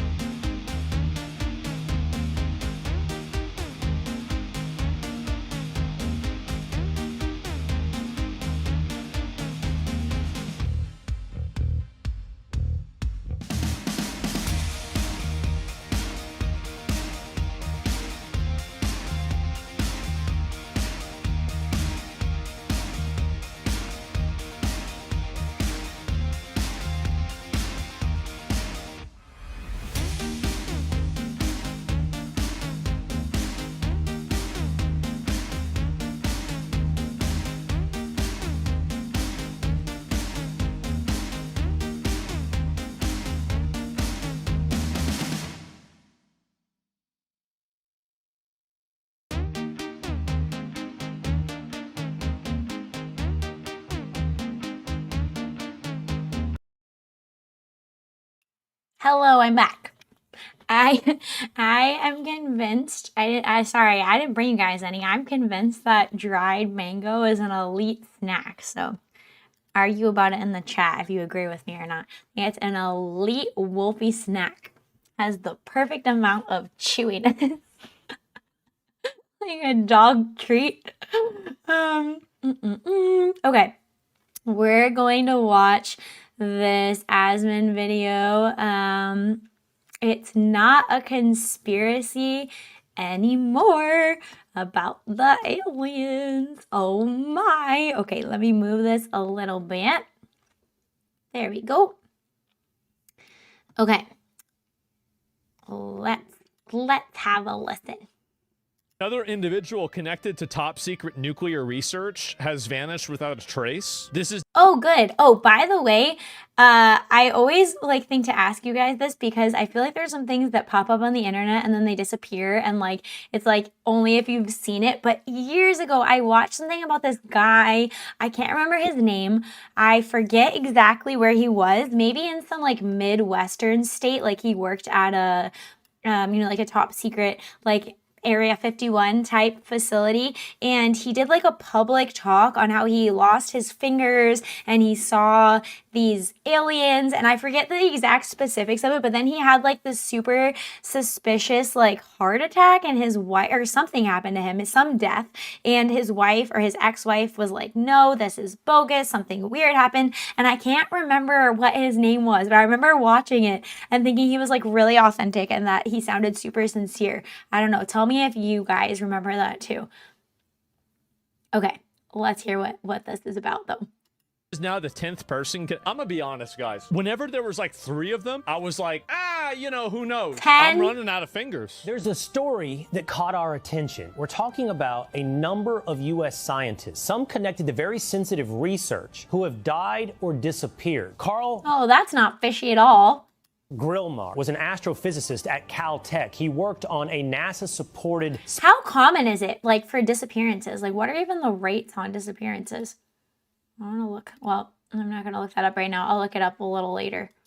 Okay. Space Telescope project. Now, he was shot and killed at his home just 2 months ago. Yeah. Then there's Frank Maywald. He was the senior scientist at NASA's Jet Propulsion Lab. Monica Reza also reportedly connected to NASA's Jet Propulsion Lab project. Oh, really? That's weird. Missing last summer. There's William McCaslin, a retired Air Force general. He's a former head of Air Force Research Lab and oversaw advanced space and surveillance programs. He's been missing since February. He once oversaw funding.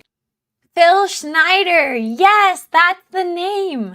Oh, I have to look him up. That's fascinating. Phil Schneider. Wait, I'm going to look him up on another tab and then I'll copy and paste it. Phil Schneider.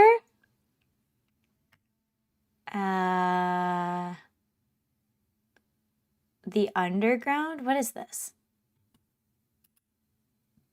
This is not who I'm talking about. It's buried. It's not here. What does this say? Okay. This is the first thing that comes up. There's kind of just something about, it's not really about him. It's like books that have been written about him. It says Phil Schneider died in 1996. Before his death, he had been on tour across the U.S. speaking about various subjects, including his involvement with the building of a secret underground base in Dulce, New Mexico for military. That's what Prime Video says. Let's see what Grok says. And then I'll show you the tab. I just don't have one open yet for this. Hang on a minute. Hold on to your seats, laddies. Okay, what's this say? Is this true?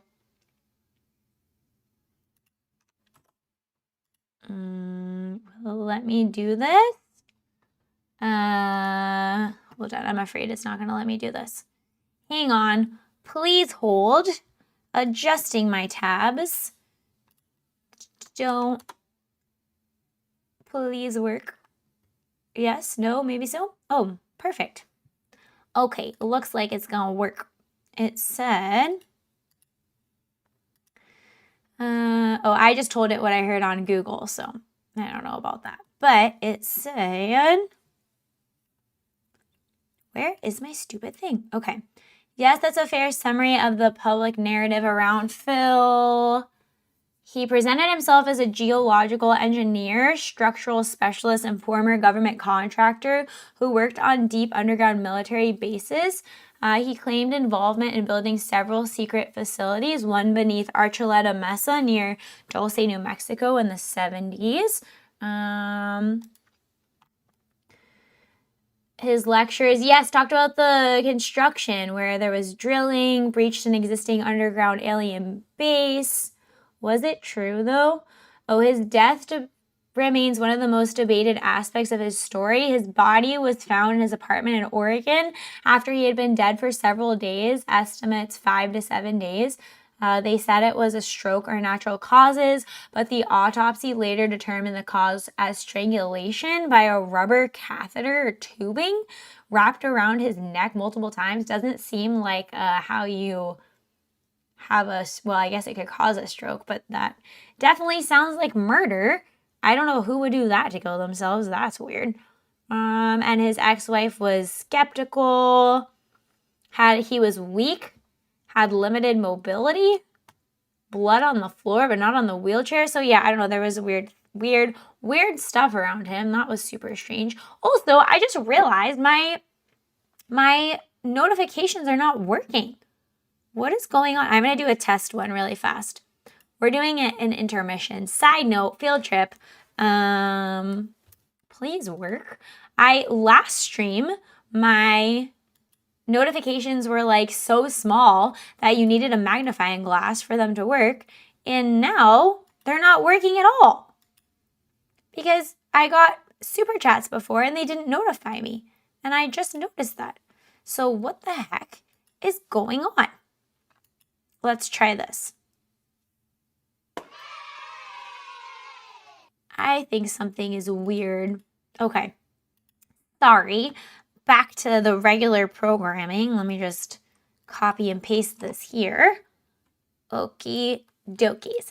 Anyways, let's listen to the rest of the Asmondo.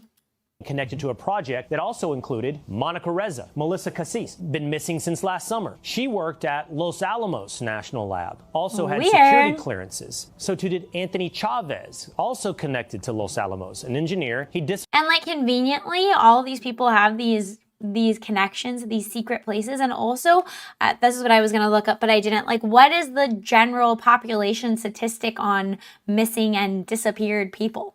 That would be a good number for us to know. Maybe I should just ask Grok. Oh, I can't ask Grok like this. Heck. Okay. I'll look into it and report back. Disappeared. No signs, no answers. And then finally, there's Nuno Loureiro. He was the MIT researcher focused on nuclear fusion and was shot and killed in his Massachusetts home last December. The same handful of shot and killed institutions, NASA, Air Force Research, Los Alamos Laboratory. Could they be connected, or is this something else entirely? This video obviously I think they could be connected. Contains only the first 7 missing scientists. Now, we also have Michael David Hicks. No cause of death, no autopsy. NASA never said a word. He worked at the same NASA JPL lab alongside Frank. Wait, they never said anything about it? That's extra sketchy. Myweld, Monica Reza, and Carl Grillmayer. Stephen Garcia disappeared. Nuclear weapons contractor in New Mexico with top-secret clearance and also worked with the Los Alamos National Lab, walked out of his house with a handgun and nothing else, left his phone, wallet and car behind. And finally, Jason Thomas, research scientist at the Department of Defense, disappeared December 2025. Body pulled from a frozen lake 3 months later. I thought that there's no way this shit's connected. But then we had things like this come up. Congressman Rep. Tim Burchett on UFOs and aliens. Seriously? Are you being serious, or is that tongue? I'm being 100% serious. Okay. I'll just tell you this. If they would release the things that I've seen, you'd be up at night worrying about or thinking about this stuff. This country would have come unglued, I think, if they would have heard all that I heard. They would demand a form of life that is not earthly. Crazy. Or just that is crazy. And like, I feel like I've heard this before, like that the public can't be told it because everybody would just like lose their minds. And so they leak these things just to like try to move the Overton window over, which I could totally see that, to be honest. I remember when I first watched like my first convincing thing about aliens and about all of these like secret plots going on, where like, you know, you hear things and it's funny and haha, whatever, but I don't remember exactly what it was, but whatever it was the first time where I was like, wait a second, this might like actually be real. Like there might actually be aliens like right now, like on the earth. Like what if there's actually aliens and this isn't as crazy as I always thought? And then I like proceeded to have a panic attack and move on from that with like my new world understanding, being like, oh yeah, there definitely are. There definitely are. You just have to expand your mind a little bit. Something mechanical that's not earthly. I'd say you'd be safe to say both. The way you describe. So let me get this straight. A literal congressman just said that. We are in danger. You said that's not weird at all. You wouldn't sleep. Nothing to see here. At night if you knew the things that I saw in these briefings. I don't think we're at danger of this. I mean, these things, they could have destroyed us with a blink of an eye. I just don't see that. And what? Logically, he's right. It's also crazy to think if it's some like combination. Like, you know, when they I forget which attack it was, but there was like, I don't know if it was in Iran or in Venezuela, maybe you guys can remind me, where the people were saying like they were like bleeding from their face and that it was some type of like crazy powerful, I don't want to like misquote what it was, but some type of like super futuristic tech that we had. I wouldn't be surprised if it's both, like our crazy tech. Maybe we're also collaborating with other species. Maybe there's also demons involved. Like, I don't know. I believe the alien thing is a distraction to a thing the government wants to hide. Aliens exist. I know this because I talked to someone from Mexico about moving pallets of water and food. That's a funny joke, Brando. Venezuela, microwave weapons. Yes, Joshua, that's what it was. That's right. Epstein was an alien. The discombobulator, as Trump called it. He also said we turned off their missiles after they were launched. Yes, that's crazy. Crazy.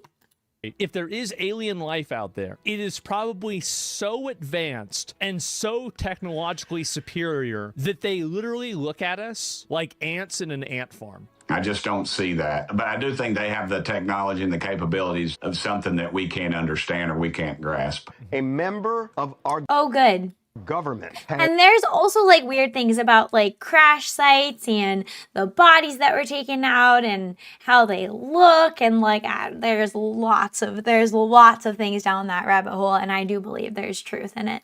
Has told you that there is a form of alien life and machinery that interacted with. I like to think that like after you die, if these things weren't revealed in our mortal lives, if you're somebody that believes in an afterlife, I like to think, like, especially in the Christian afterlife, like in eternity, I like to think that like all of this, like you get like some crazy like documentary style, like zooming through a history of all the hidden things that you didn't know. And I feel like this would be like the coolest thing to see all the hidden details on like what was actually going on that didn't get exposed, and now like you have all of this information about all the secret like underpinnings of human civilization. I mean, everything like back in history and just the whole thing. I think that'd be fascinating.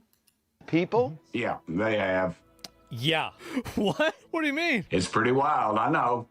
But I'm just telling you, I'm not going to lie to you. A very high-ranking naval official described underwater craft, something big as a football field, moving at over 200 miles an hour. What we don't the even have heck? a sub that'll probably do 40 miles an hour. Holy shit. How is this guy okay to say all this? Yeah, how is he okay to say all this? That's crazy. Eisenhower storming Area 51, if you want to show. Yeah. Like, I thought Eisenhower showed up at Area 51.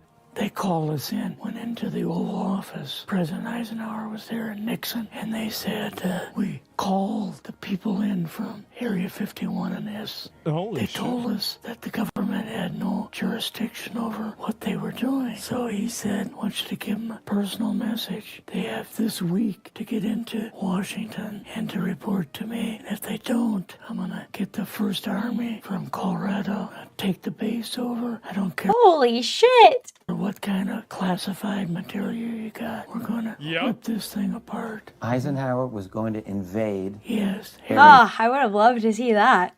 51. With the First Army. I mean, like, I guess we're going to probably find out. We're going to get to the bottom of this sooner than later, it seems. I hope so. That's fascinating. And then there was this other Asmongold video. I'm not going to play the full 44 minutes. It was really just the first part where he shows this chart of the study. Let me move myself over. No, the tab over. Okay. There we go. Women have gone insane.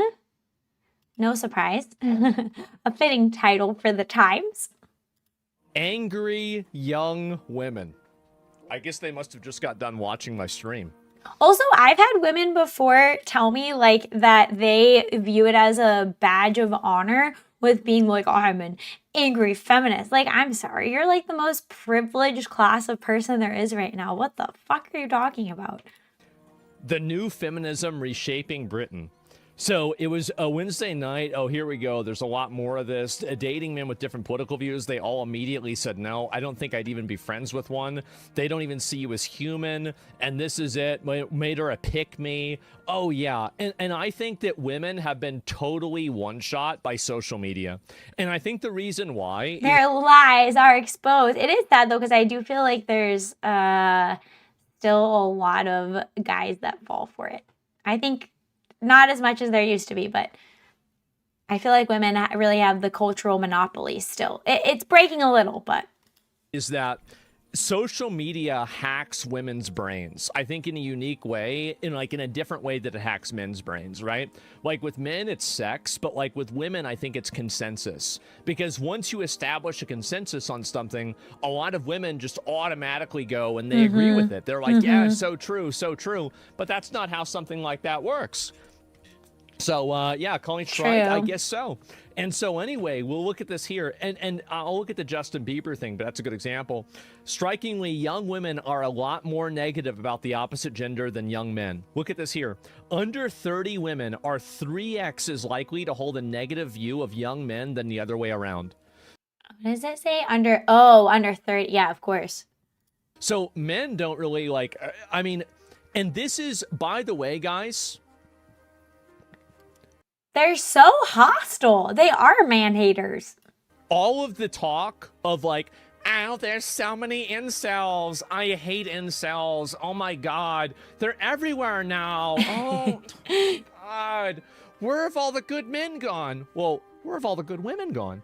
They all fucking hate us. Yeah, they do. Toxic femininity. Very true. They hate us. And meanwhile, the amount of actual incels, so women, we have it in, guys, we have to deal with the incels. You understand that? We are the people that are suffering from incels. It's just that the incels are women. That's it. And take a look at the graph. The graph says this. I'm not saying this. That's crazy. The graph is saying this. They created them. Yes, the femcells hurt us. They have. And there it is. Men under 30 have a 72% positive outlook on women. Women under 30 have a only a 50% positive outlook on men. Women under 25, only 35%. Think about how crazy, dude. The thing is that, like, if there actually are, like, overlords, if Israel really does control the world, can you imagine how happy they are right now?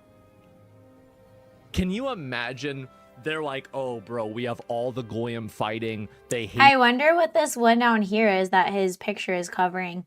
If it's just, like, older women having a negative view of the opposite gender. Each other, like everybody's addicted to drugs. You know, they think that if they look better, they're going to be happy, but now we're going to raise their interest rates Oh, under 35. Holy shit. again, and they're not going to have any money. Oh, yeah. I mean, it's a bullshit stat. I don't think it is. I don't. I think this is real. No, I think that lines up. And I feel like as women have become more like off the deep end and hypergamous, like they would rather not sleep with anyone then accept a guy that is in league with them if they can't have like the Chad at the top. Like they would rather be part of a rotation for Chad some of the time than have like a consistent relationship with somebody that's actually in line with them, because they have this like crazy materialistic grass is greener worldview, where if it's not like exactly what they have in their imagination, that's totally ungrounded in what they actually are, then they're like, I will just rather be alone. Like, okay. They want to be the it person. Under 35, it's not just a West problem. Men, 72% positive of women. Yeah, I think that makes a lot of sense too. I feel like men give a lot more grace towards women, even when they don't deserve it, than women are willing to give towards men. And actually, I was thinking about this the other day, just like observing women in IRL in the wild, and just thinking about how like I see a lot of animosity, and I don't think this explains the whole situation, but I notice with women being like career women and being married and having kids to men that are like more within their league, there's a lot of animosity towards the guy who is also working. That's like, but he's not working as hard as I am. Like, my job is definitely harder. It's like, maybe your job is harder because you're trying to balance being a mom, going through pregnancy, being, having a whole career. Maybe you're just not like as oriented for this work thing with all of the other responsibilities that come uniquely with being a woman. Just saying, just something else that I've happened to notice out in the wild. They never got told no in their life and been told they did no wrong when they grew up, and to add more fire, a broken home without a proper father figure. Yes, I do think women have a biological tendency. I talked about this before, like the thing that makes women able to be in tune and to be able to be empathetic and like so responsive to their biological drives to actually care for a baby also gets flipped into like overdrive, into crazy emotionality and irrational thinking and like off the deep end type behavior. And I really feel like the benefit of a heterosexual relationship, or like of having a good father figure, is like the rebalancing that often takes place by men's natural proclivity to be more grounded, to be more logic based, to be more sound in their reasoning and able to like, okay, like let's reframe how you're approaching this, or whatever it is, just speaking generally, but you guys get what I'm saying. So that was interesting. Fem cells all around. And then this, I have not listened to this yet.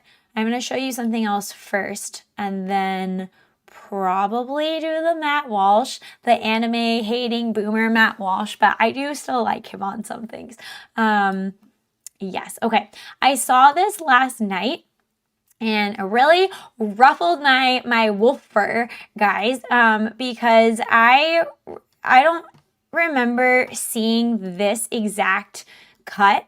But I do remember growing up with like a lot of propaganda like this, and I commented on this like, what in the holy feminist propaganda have I come upon here? Like, the fuck is this?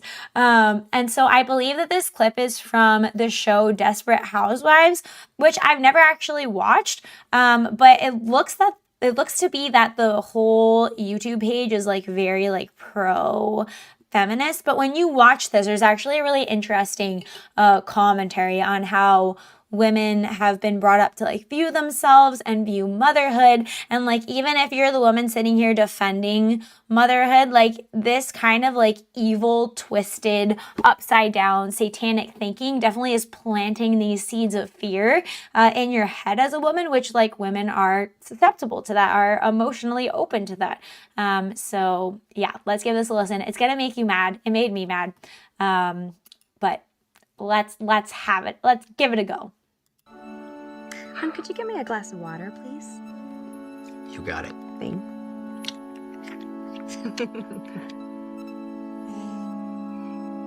It's our first. Yeah, I got that. How about you? 4 at home, 2 on the way. Oh, big family. You're so blessed.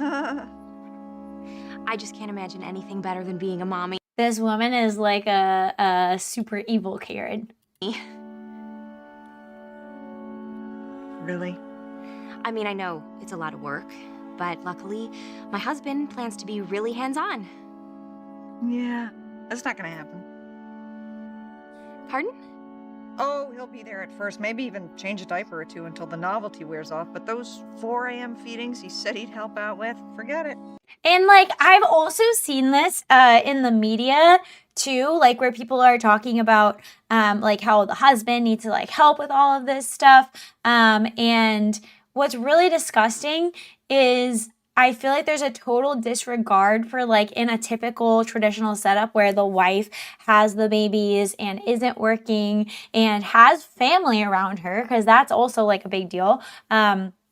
Has family around her and a mother and sisters or sister-in-laws or whatever that can help support her after the birth, where it's not supposed to rely all on the husband who also has to like go to work and hold the household together in the meantime. Like if the mom is supposed to keep the baby alive and thriving, then the husband is supposed to keep the mom alive and fed and thriving and all of that. So that's disgusting. And like also the guy doesn't have breasts, so he can't feed the baby. Like, what do you mean? Like, and that's not even getting into like the benefits of breastfeeding and how like backwards the bottle formula loop is and how bad it is for the baby and the mother. So that's crazy. Also, just like the vitriol that these women speak it with. And somebody said, is this not a parody? That's what I thought too. And it very well might be a parody. Like, I don't know what the context of the show is, but I will tell you that the the YouTube channel that posted it said the generational lie. That's the title they decided to go with for this short. And you'll see what they're going to say about that. And I looked at their other videos and I could be mistaken.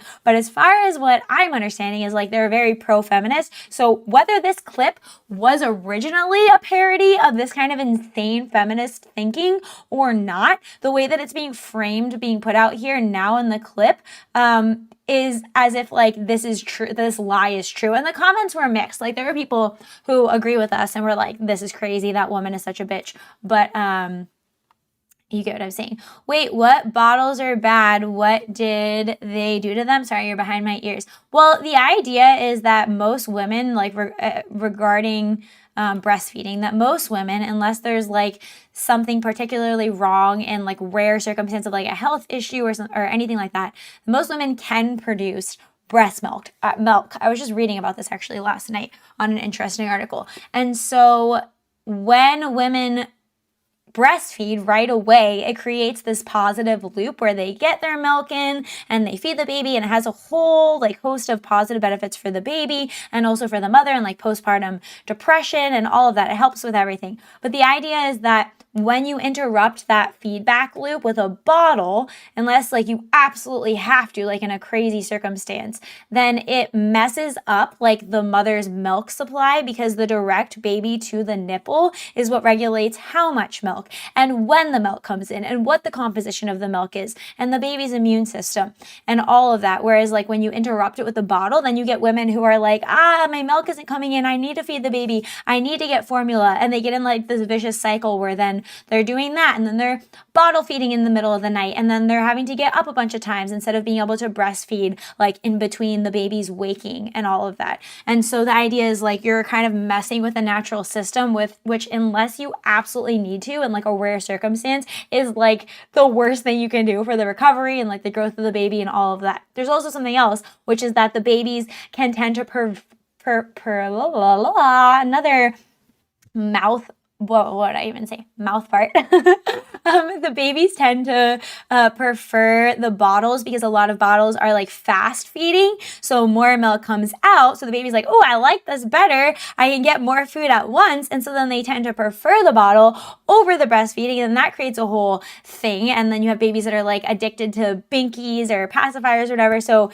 yes. And then not to mention like the microplastics. So yeah, there's all of that. I mean, not to say like if you have to do a bottle because of circumstance or an issue or like the mother is away, like I don't think it's literally gonna like F up the baby for life or anything, but I think that there are like big negatives that can come with avoiding breastfeeding, if you will. So that's a little rant. Oh, you don't know my Johnny. He's different. Does he have boobs? No. Then you're the only bar in town. Like, what a disgusting and so funny. Like, so funny coming from a feminist view. Like I said, I don't know the context that the show was showing this in, but there are definitely feminists that, like, think this sincerely. Like, does he have breasts? Okay, well, you're the only bar in town. Like, they're so objectifying of women that, like, you're nothing more than, like, a cow milking for your baby instead of like this beautiful life system that's supposed to be for you and the baby. Like, it's for the benefit of both of you. So just saying, they're funny in their objectification of other women. That baby can scream into a bullhorn and Johnny won't budge. Okay. Thanks. I'm not done. I'm not done. I'm so bitchy. You see this? You'll never wear a bikini again.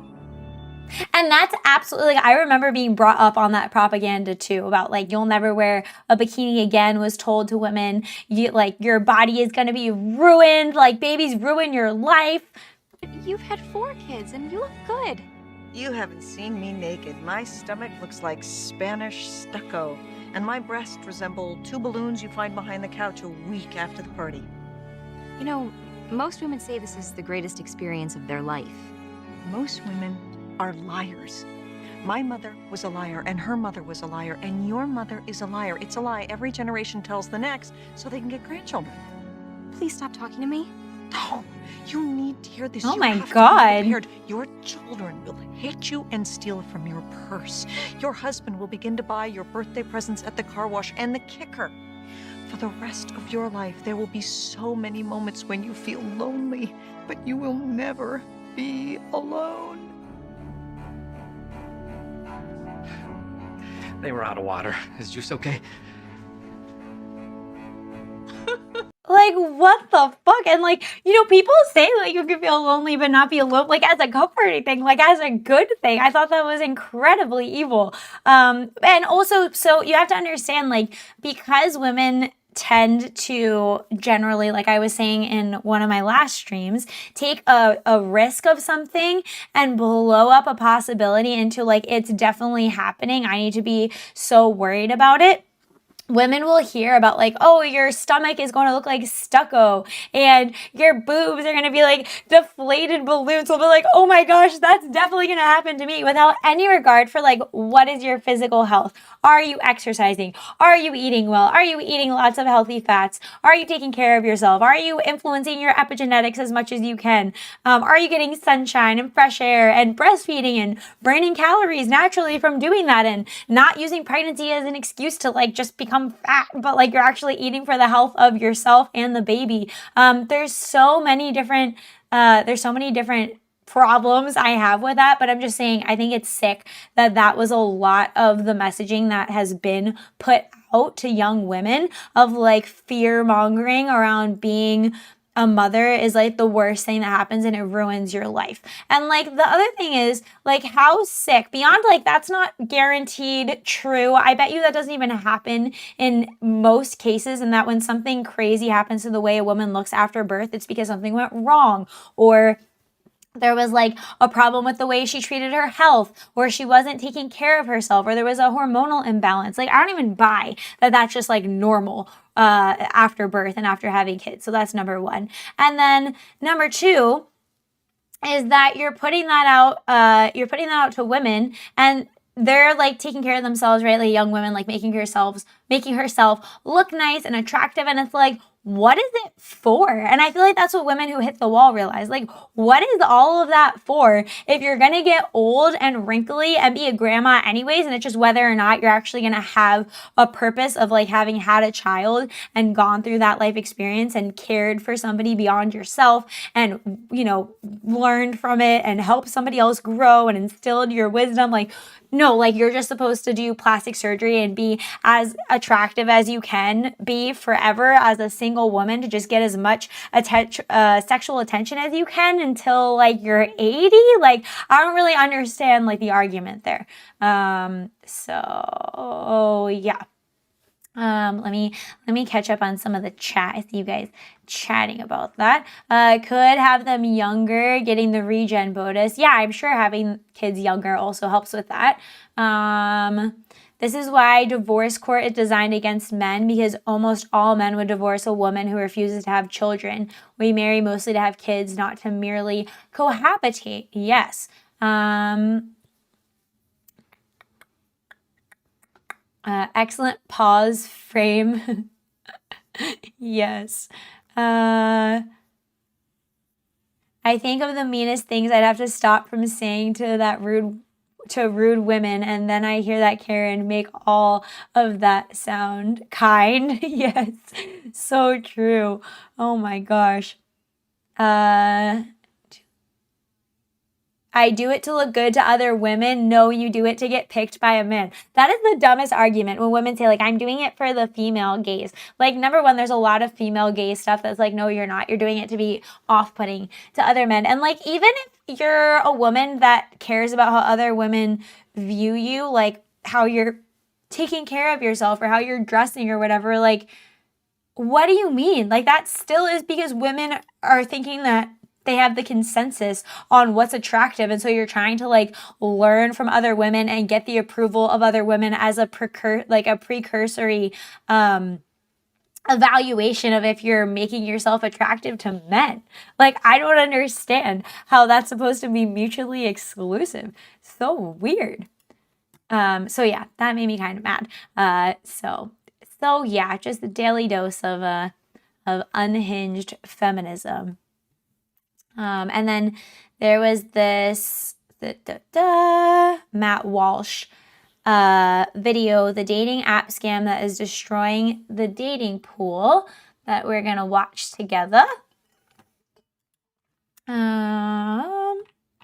Where is my... Okay, let's take a listen to this. And like generally too, I like Matt Walsh, but obviously some of his, or all of his boomer takes and a lot of his just out of touch with the culture takes are pretty dumb. But overall, he does make a good point on quite a few things. So we're going to take a listen to that. Okie dokie.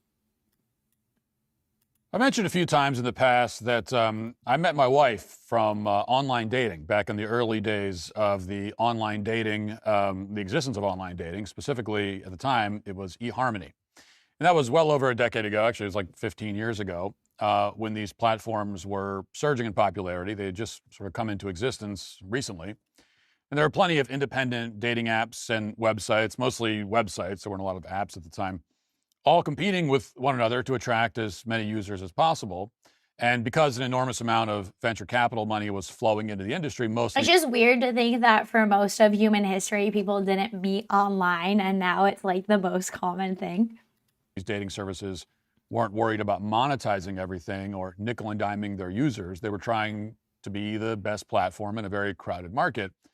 Now, in the case of eHarmony specifically, they came up with a unique idea, a massive questionnaire consisting of more than 450 questions. And that's how they matched people. The whole point was to ensure that you had as much information as possible about the person that you were about to talk to. And when you did choose to talk to someone, you could see their photo. You could send them messages. So none of this required paying a lot of extra money. Fast forward just a few years, and eHarmony made the questionnaire optional. They also reduced it by hundreds of questions, and they made that change for the same reason that every other dating service did. The less customers know about a potential match, the more customers will be willing to pay to unlock additional information. Gamified. And maybe more importantly, if customers don't have much information about a potential match, it's more likely the date will go poorly, which is good for the dating app because that means the customer won't get married and delete the app. Right? There's a great. What happened with dating apps? A perverse incentive there. They develop somewhat of a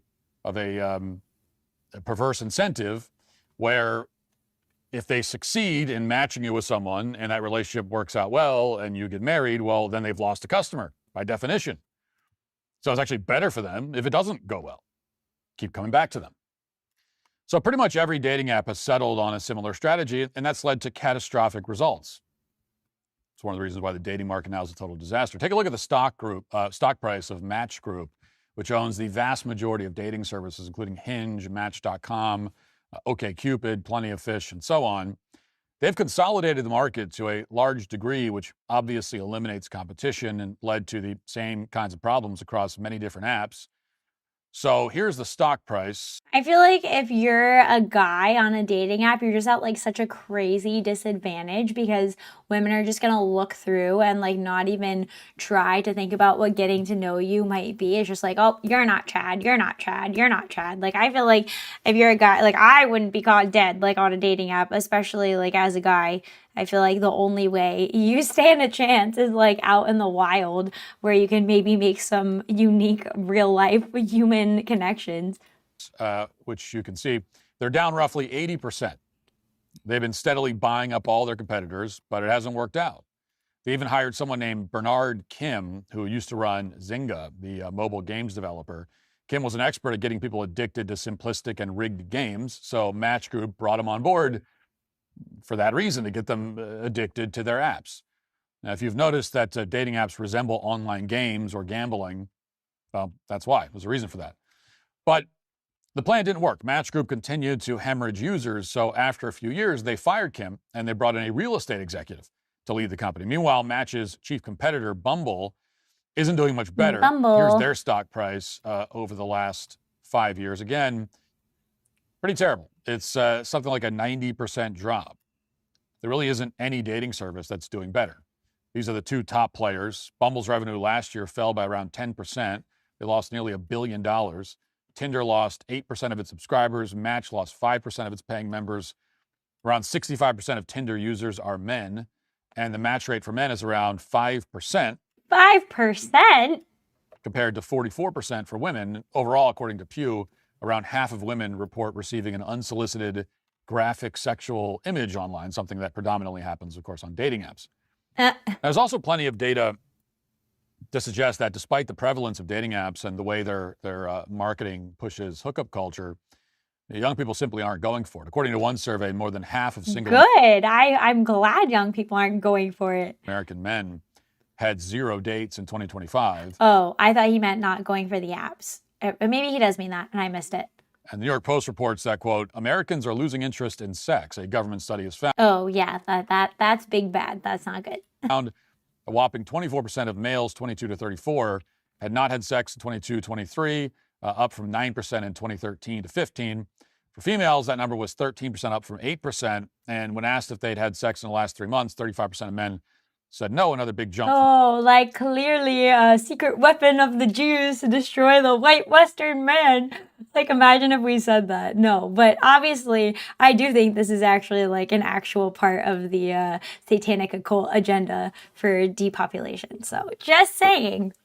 From 20%, women didn't fare much better, with 31% concurring this time around, up from 21%. So it's a bit like the SSRI numbers. SSRIs were introduced to make everybody happier and less depressed, and now decades later, Americans are more depressed than ever. And dating apps have followed a similar trajectory. They were supposed to lead to more dates and marriages, hopefully, rather than just hookups. But the opposite is happening. So what exactly went wrong?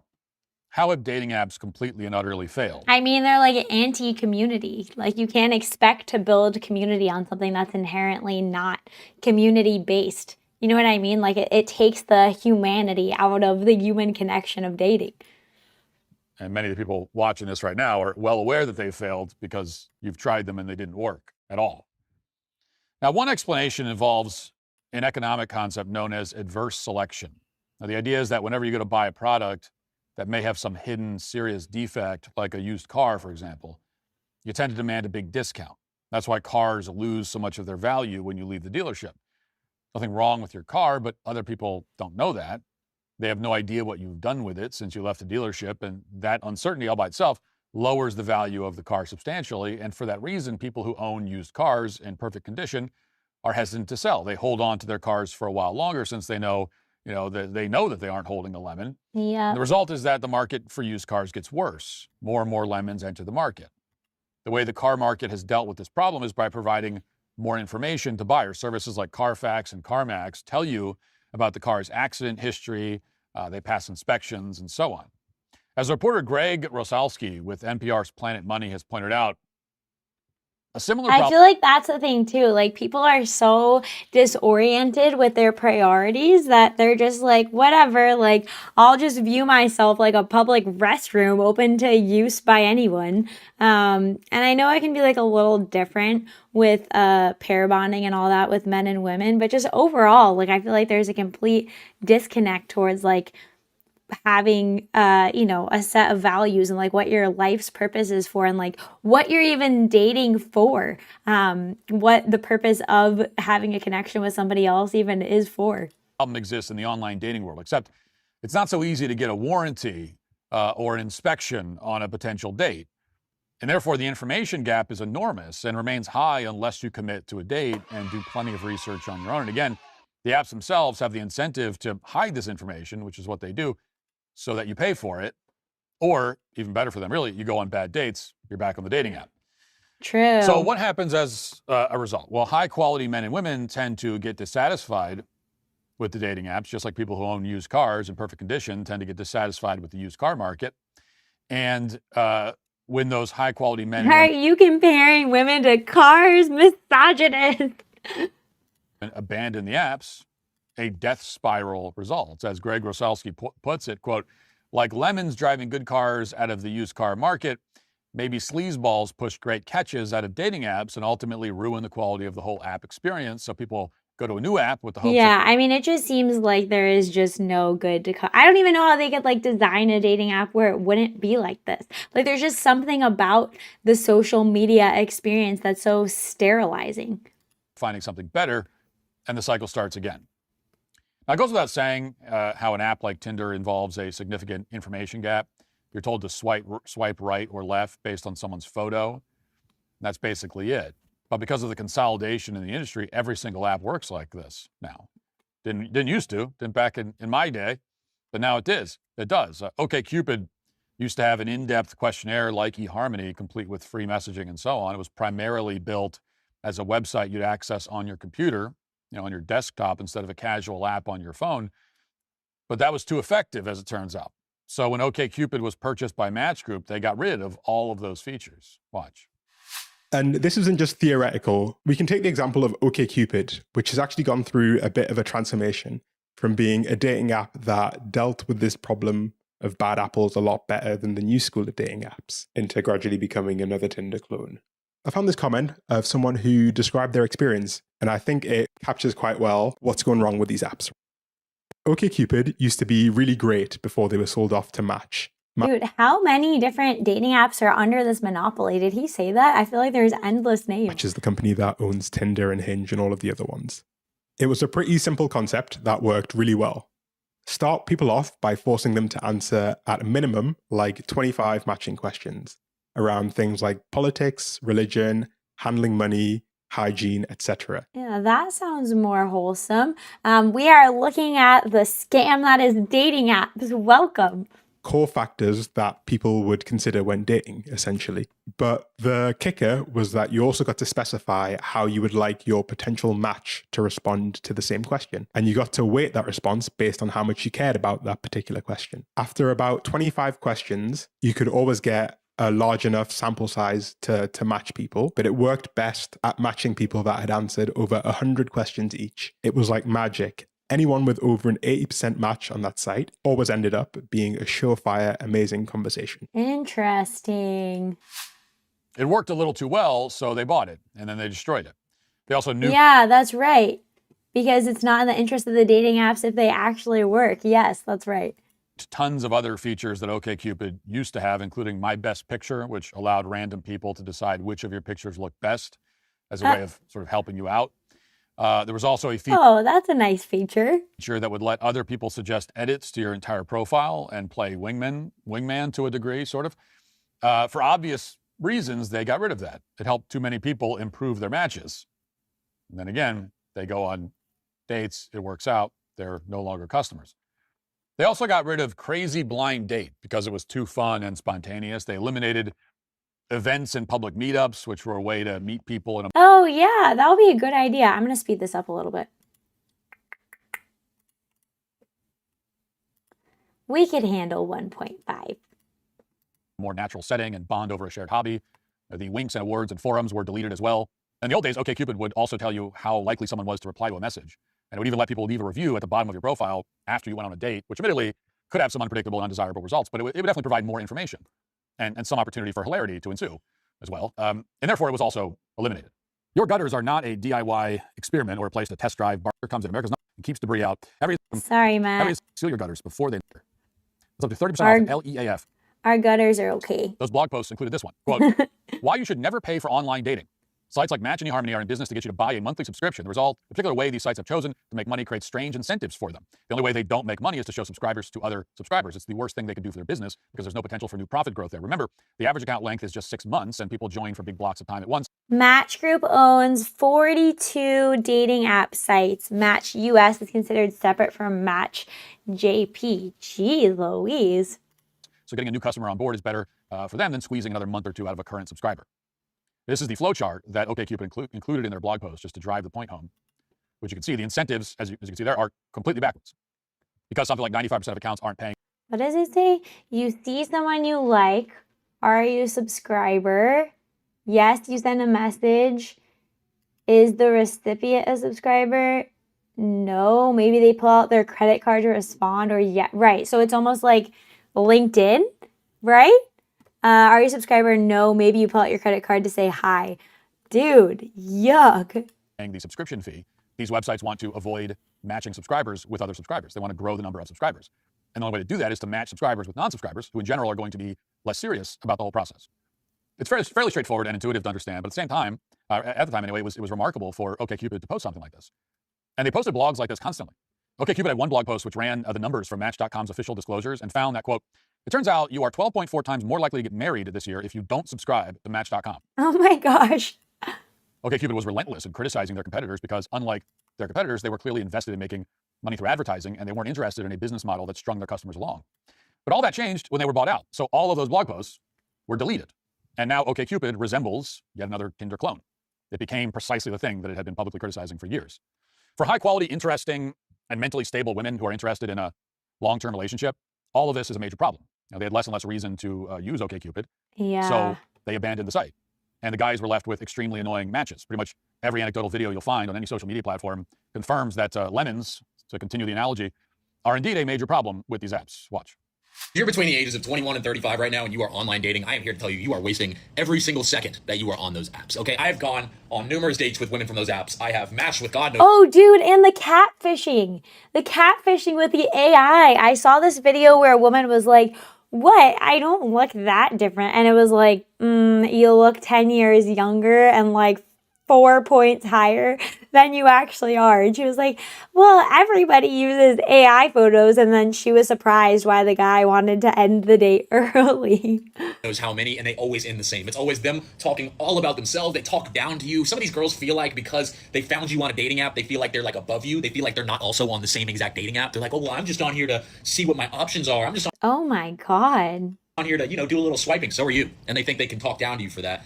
God forbid you actually get on a date and then say something that they don't love every single aspect of. And they're going to say something like, oh, that's giving insert stupid ass adjective. Also, sorry, every generation has their dumb, like slang talk, but the current slang talk is really grinding my gears with like that's giving, or like the like silent screaming. Do you guys know what I'm talking about?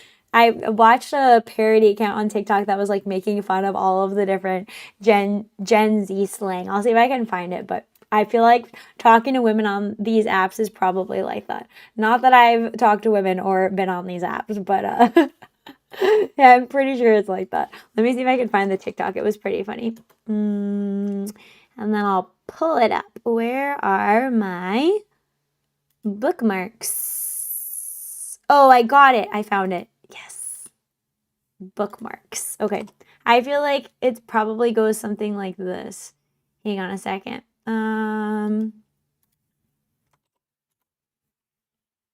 so happy we're getting lunch. Wait, can you guys see that? Getting lunch with that Gen Z girl with no personality. Okay, listen, this is funny and also kind of disturbing at the same time. I have heard people that kind of sound like this in real life. Finally getting lunch. No, because same. Okay, cool. The salad is giving. It's giving leaves, it's giving greenery, it's giving tea. That part. What part? Just like that part. You guys know what I'm talking about here? What'd you get up to today? No, because I low-key just bed rotted and doom scrolled. Oh, all right. I spent the morning writing. I feel like my IQ would be dropping on this date. Oh, that's not... That's not what? Just like, that's not, yeah. The salad is so good. The silent scream is like the cringiest thing I've ever seen. Wow, I haven't seen our waiter in like 30 minutes. Clock it, clock it. Clock what? Clock it. I'm skinny. Skinny for this. Oh, sorry, I'm just gonna do a little doom scrolling if you don't mind. Does this match up with your guys' experience? Middle of lunch? No, because yeah. I'm feeling like low-key overstimmy right now, you calling me out, so... Oh, overstimulated? Overstimmy, yeah. Oh, just from us talking? My TikTok doctor says I have a touch of autism, so could you pay for the bill? Thanks. Why does that mean? Fine. I'm so happy we're friends. That's so funny. I forgot about the ending of that. Oh my god. Okay, we'll keep listening to this one. Why is my screen exploding?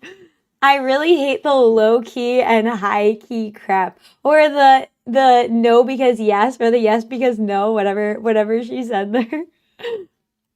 Theory or era that they found off of TikTok to describe you in some negative way when in reality you're just acting like a normal human, okay? I can't tell you how many doors I have opened for these women and I hear as you should instead of thank you. And there was one in specific I even said like, yo, you know you can say thank you instead of as you should. And she goes, ew, that's giving demanding.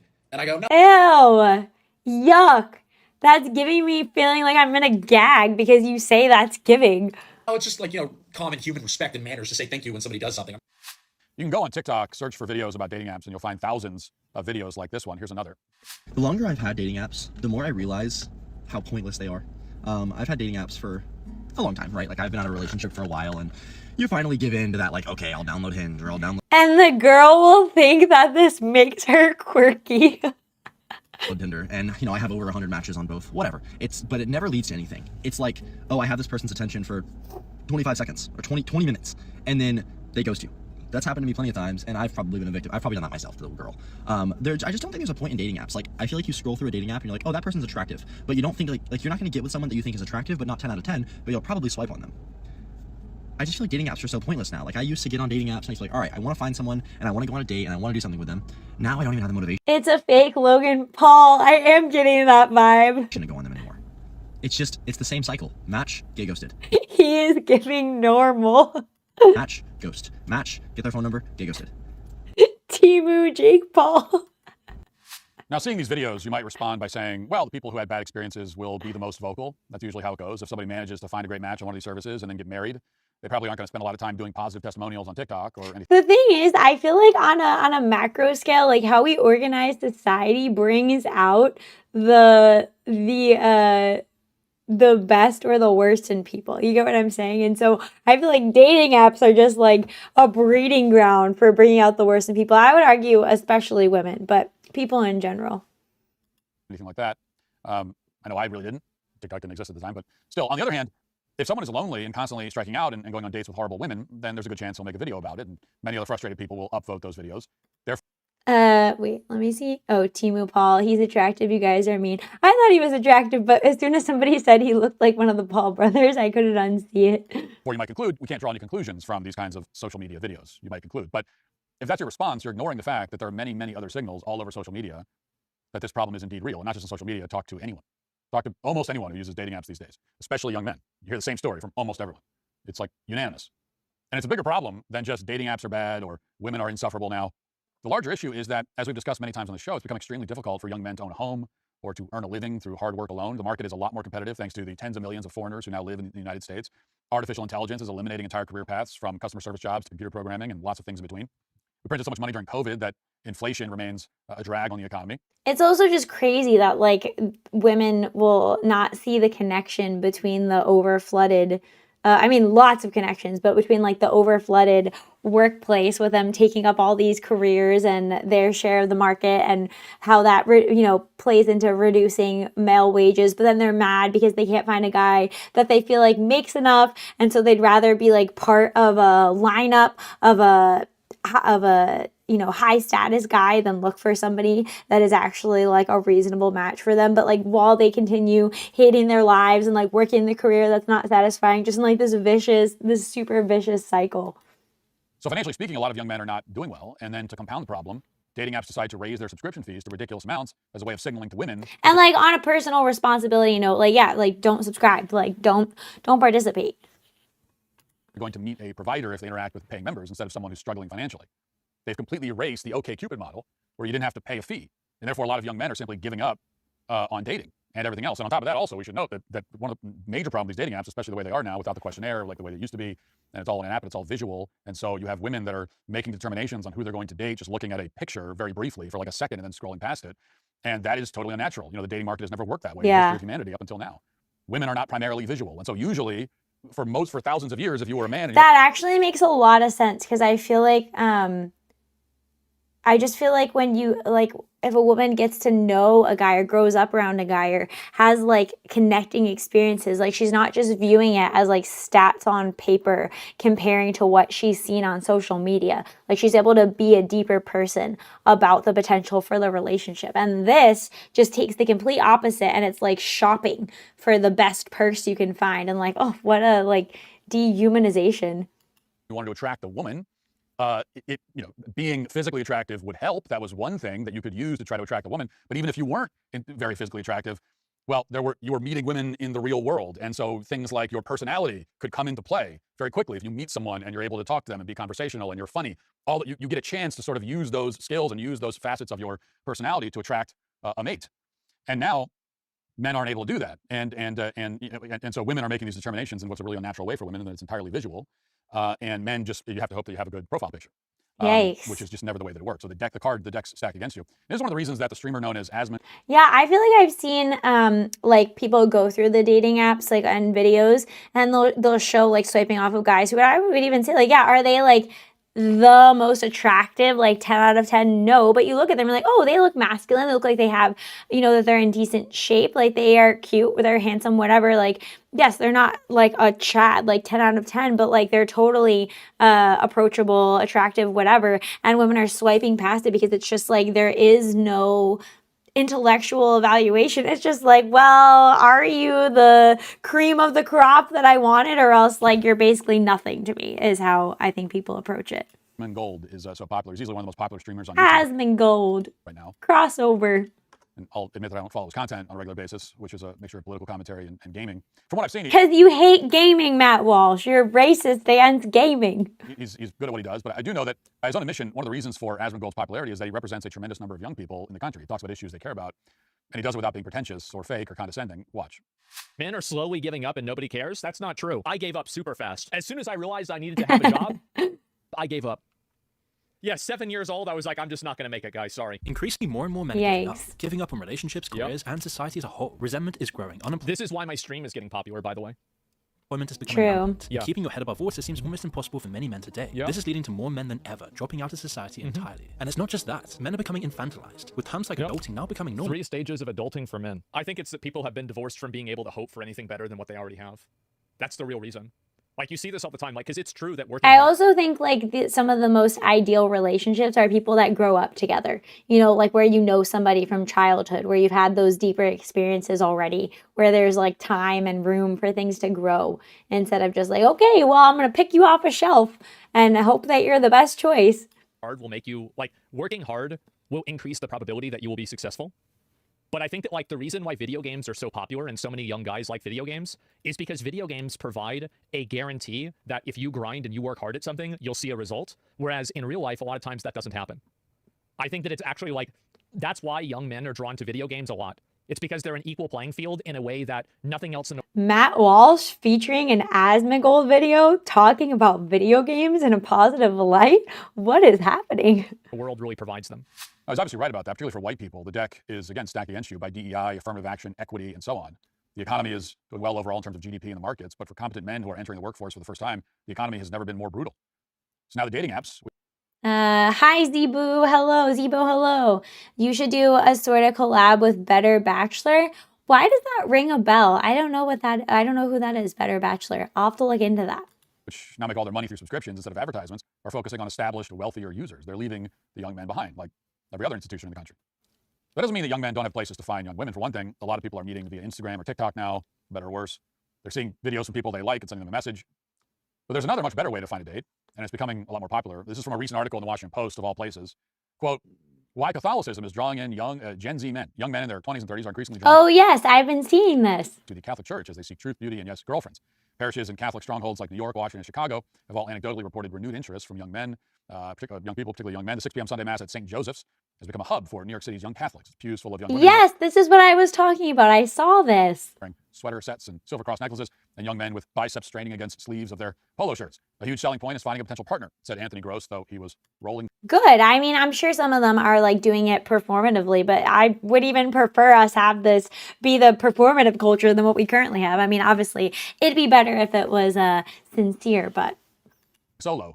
The joke is that St. Joe's is the ultimate place to date Catholics in New York because it's all the young, beautiful people that go there, said one parishioner. Now, this trend continues and young people start meeting in church again instead of dating. I do feel like that's the thing though. Like the place to meet people is like church, or like if you can, like through family connections, like family friends, or like getting involved with something where like you're there to do it anyways. So it's not like, especially for a guy, like it doesn't feel like desperation. For a woman, if you're like, oh, I'm taking a jujitsu class or whatever it is, where, or I don't know what kind of thing you would do, but something where women are there regularly for some other reason than just being with you, and so you can have the chance to strike up like natural conversation around what you're doing, and it's kind of like built-in relatability, you know, that are designed to get them addicted and waste their money and make sure they don't have success. And without a doubt, it will be a massive net positive for civilization. Even if the dating apps hadn't become complete garbage, this would still be the ideal outcome.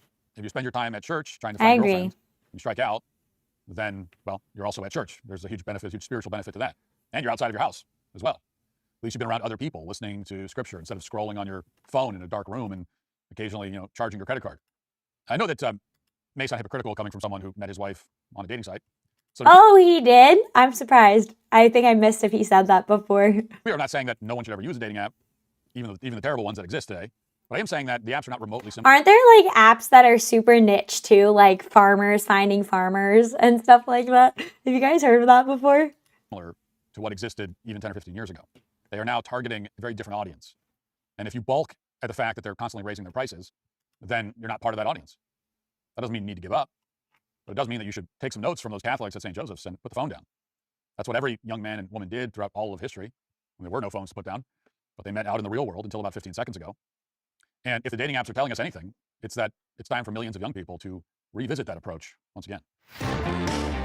Interesting. So I thought that was a relevant take for our time. And then, okay, I think what I'm going to do, my voice is feeling like okay, but I don't want to push it. I was kind of like coughing on the break. I'm going to watch another video and skip playing for today. Farmers only. Yes, that's what it was called. Okay, I'm going to watch this video. It seemed very relevant culturally. I don't know. I haven't clicked on it yet. But I love woo body cam is what I call it.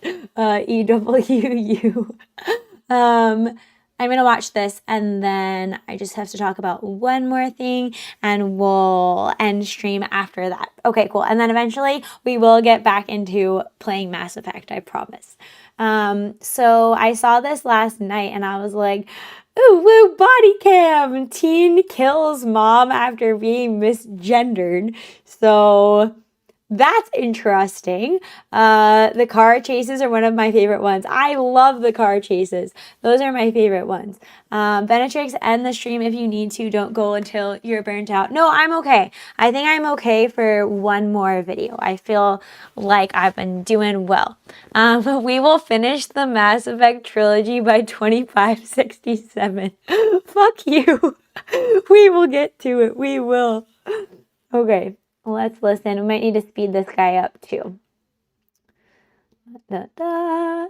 I always like to do at least 1.25. Guy, he broke into the house. He's dead. Got a body on the bathroom floor. I should have told her I love her. I'll never get to her. Well, let me make this bigger. Uh-oh. Yeah-oh. Why can't I? Oh, there we go. There we go.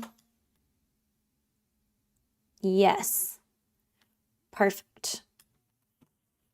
Oh, Jesus Christ.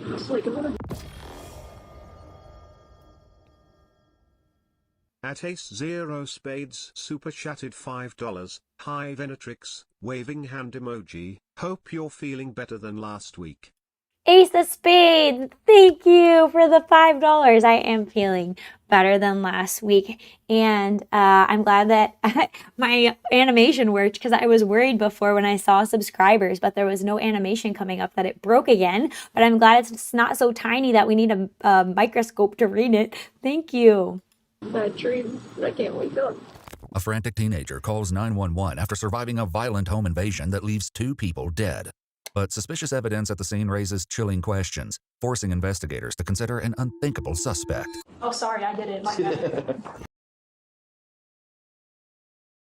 The following is based on official police records, and some of the footage has never been seen before until now. Please note that all persons charged with a crime are presumed innocent unless and until proven guilty in a court of law. Just after midnight on July 7, 2024, dispatchers in Palm Bay, Florida answer a desperate call to 911.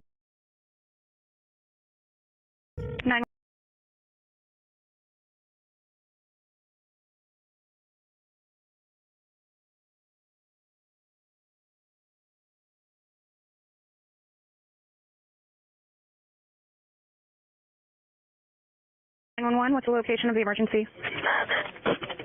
Hello? Okay, okay. Sorry, I muted myself to cough. I was saying a lot of these seem like they're all from Florida. And so I was wondering, like, if all of the states have the same laws around, like, is it a federal thing with how body cam footage is released or, like, allowed to be public? Just wondering. Hey, what's going on? Oh, God. So basically, I was home alone, and this guy, he broke into the house. I grabbed the phone, so I... Do you know who the man is? No, I don't know who it was. Is he still in there? I don't think so. I waited. I hid in my room for, like, a really long time. I don't even know how long it's been. The caller, later identified as 16-year-old Julia Grace Egler, explains that the intruder broke in through the sliding glass door So it's a sibling, I think, that's calling. in the back of the house. I don't think the door was locked, but I don't think he knew that there was a hammer by the back window. Was it your hammer, or did they bring it with them? It was just the house hammer. It was just by the back sink. Yikes. They grabbed it and broke in the window. They broke the window with a hammer that you already had in your yard? Yeah, with the glass. Okay, take a deep breath. You haven't heard them in a while, right? Was there only one? That would actually be so terrifying. And just saying, like, this also reminds me how, like, messed up the laws are around gun rights, because the idea, like, I don't know if you guys have ever had the experience, like, hopefully you haven't had the experience of being woken up to, like, an intruder. I haven't had that experience, but I've had experiences where, like, I've thought there was, like, I woke up in the middle of the night, like, you know, out of a dream or something. You're disoriented, you hear a sound and you think, like, oh, what if something is happening? And, like, luckily nothing ever has happened to me like that. But the idea that, like, when you are woken up in the middle of the night by some crazy potential intruder, reminder that you have to like be so careful about how you defend your house or else you're gonna end up in jail. Like, what the fuck is that? You know what I mean? Like, obviously there's circumstances in which somebody could be like trigger happy or like go too far or whatever, but generally I think it should be so on the side of the homeowner. Like, no, like it's not an excuse if you accidentally wander into my house because you're like hyped up on drugs that you shouldn't have taken. Like, no, like we don't excuse that. Have some personal responsibility. If you're an intruder, how am I now? I have all of this responsibility that I need to like make sure that I don't hurt you too bad for intruding in my house. Like, absolutely not. Absolutely not. Person that you saw? That I saw, yeah, there's one person. Okay, and where are you in the house right now? I'm just in the living room. Okay, we already have help on the way, so just take a deep breath, okay? Did they try to make contact with you? No, because the only thing I was able to grab in time were the dogs, because I wanted them with me. I didn't want whoever it was Save the dogs, always. to kill them, obviously. Is there anyone else at home with you? Not anymore. Oh my gosh, side note, I'm not going to bring up the footage. To be honest, it was just like incredibly disturbing to me, but felt super radicalizing. Did you guys see the footage on the dogs that the homeless people are using on Skid Row to test their drugs on? Like, I don't even know what to say about it. I feel like I'm going to break TOS if I say what I really feel about that and what should happen to those people. Absolutely the most disgusting, radicalizing footage that I've ever seen. Like, you're going after our dogs? Yeah, you should go watch it and be as outraged as I was. It was absolutely sickening. Were you expecting anyone to come home? My mom and her boyfriend were out getting, they were buying a bed frame for her bed, so they were out buying stuff, and it's just me all alone. Oh man, I know this is really scary. But your mom and her boyfriend should be on their way home? No, they... Okay. Oh, she probably knows that he got to them. Deep breath. We have officers that are coming into the area really soon. Or he, she. I don't know. I'm confused about, I guess she didn't know that it was somebody that she knew that had entered the house. Soon. And I'm going to stay on the phone with you just in case, okay? With officers on their way, the dispatcher takes steps to ensure the home is safe for them to enter. But a simple question changes everything in an instant. You still have your dogs with you? They're just still in my room. I didn't let them out because I didn't want them getting blood all over their paws. Oh. Right. Did you say blood all over their paws? Yeah, because... Is there blood inside your house? Yes. Whose blood is it? Is it your blood or is it the person who broke in blood? Are you injured? Oh, I'm fine. This poor girl. You're fine? No, so I'm fine. it's the person who broke in. It's their blood? Where is it at? No, I don't know if it's their blood or not, but I don't think it's theirs. It's my mom. She, from what I heard when I was hiding in my room. Oh my God. It's all my fault. No, she made up everything. She did it for calling her a girl. Oh, you mean that I understand. I was totally buying into this dupe. Duh. Okay, the person calling is the actual killer and they made up that a man broke in and now they're like pretending to freak out on the phone. Oh my God. That's so psychopathic. What the fuck? I was waiting for it to be like the sibling broke into the house and this was the legitimate sister. Shocked! That's crazy. Oh no, did I skip back?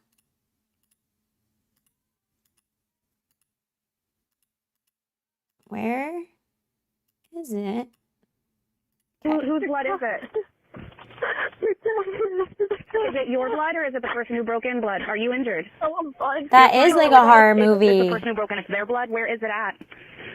No, I don't know if it's their blood or not, but I don't think it's theirs. It's my mom. She, from what I heard when I was hiding in. Unaware of Nothing is your fault. If someone been able to grab the phone, then. No, nothing is your fault. If someone Don't affirm them. Now that we know, I'm so disturbed. It's your fault. Now, I just want to confirm, do you know if anyone is hurt at your house? Officers with the Palm Bay Police Department arrive and greet Julia at the door, seemingly unaware of the grim scene waiting on the other side. Hello. How you doing? What's going on? So Julia is wanting to be a girl, or was a girl wanting to be a boy? This is what we need to figure out. Why is there blood on the floor? Because they're... Huh? What? You guys, are you okay? Are you bleeding? No. Who's bleeding? It is totally reading like an act now. Come outside. Come outside. Come outside. What is going on? Why is that door smashed? Someone came. 252, can we have medical respond? We have blood on the floor. I also feel like if somebody broke in, you wouldn't just be like slowly walking out like this. Like the cops would probably need to come get you from hiding, or you'd be like trying to run out. This is sketchy. Yeah, but I think she smashed the door is the idea. Who's bleeding? Where's your mom? I feel like the cops are immediately confused by the way they're talking. Stay here. Stay here. Hey, hang on. It was 10:33. Somebody stay out here. Laura. Have a seat. You ready? I got doors to the right. Got a body. You okay? Yikes. Oh, I mean, physically, I guess. But...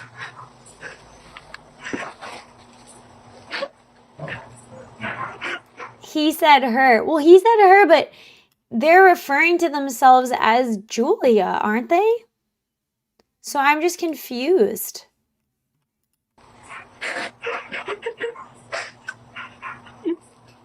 Please help me. Bobby, please. Got a body on the bathroom floor. Julia's mother, 38-year-old Kelly McCullum, and Kelly's boyfriend, 22-year-old Matthew Zenort, are found inside, both appearing to have suffered multiple gunshot wounds. A large chef's You're not as confused as they, them is. This is true. knife with presumed blood on the blade sits on the bathroom counter, consistent with the multiple stab wounds on Matthew's body. Both victims are Yikes. beyond any hope of saving. Holy. She went in on them. It just grabbed the phone. If you just grab the phone in time, Wow, this is such an act. you hurt anyway. Oh.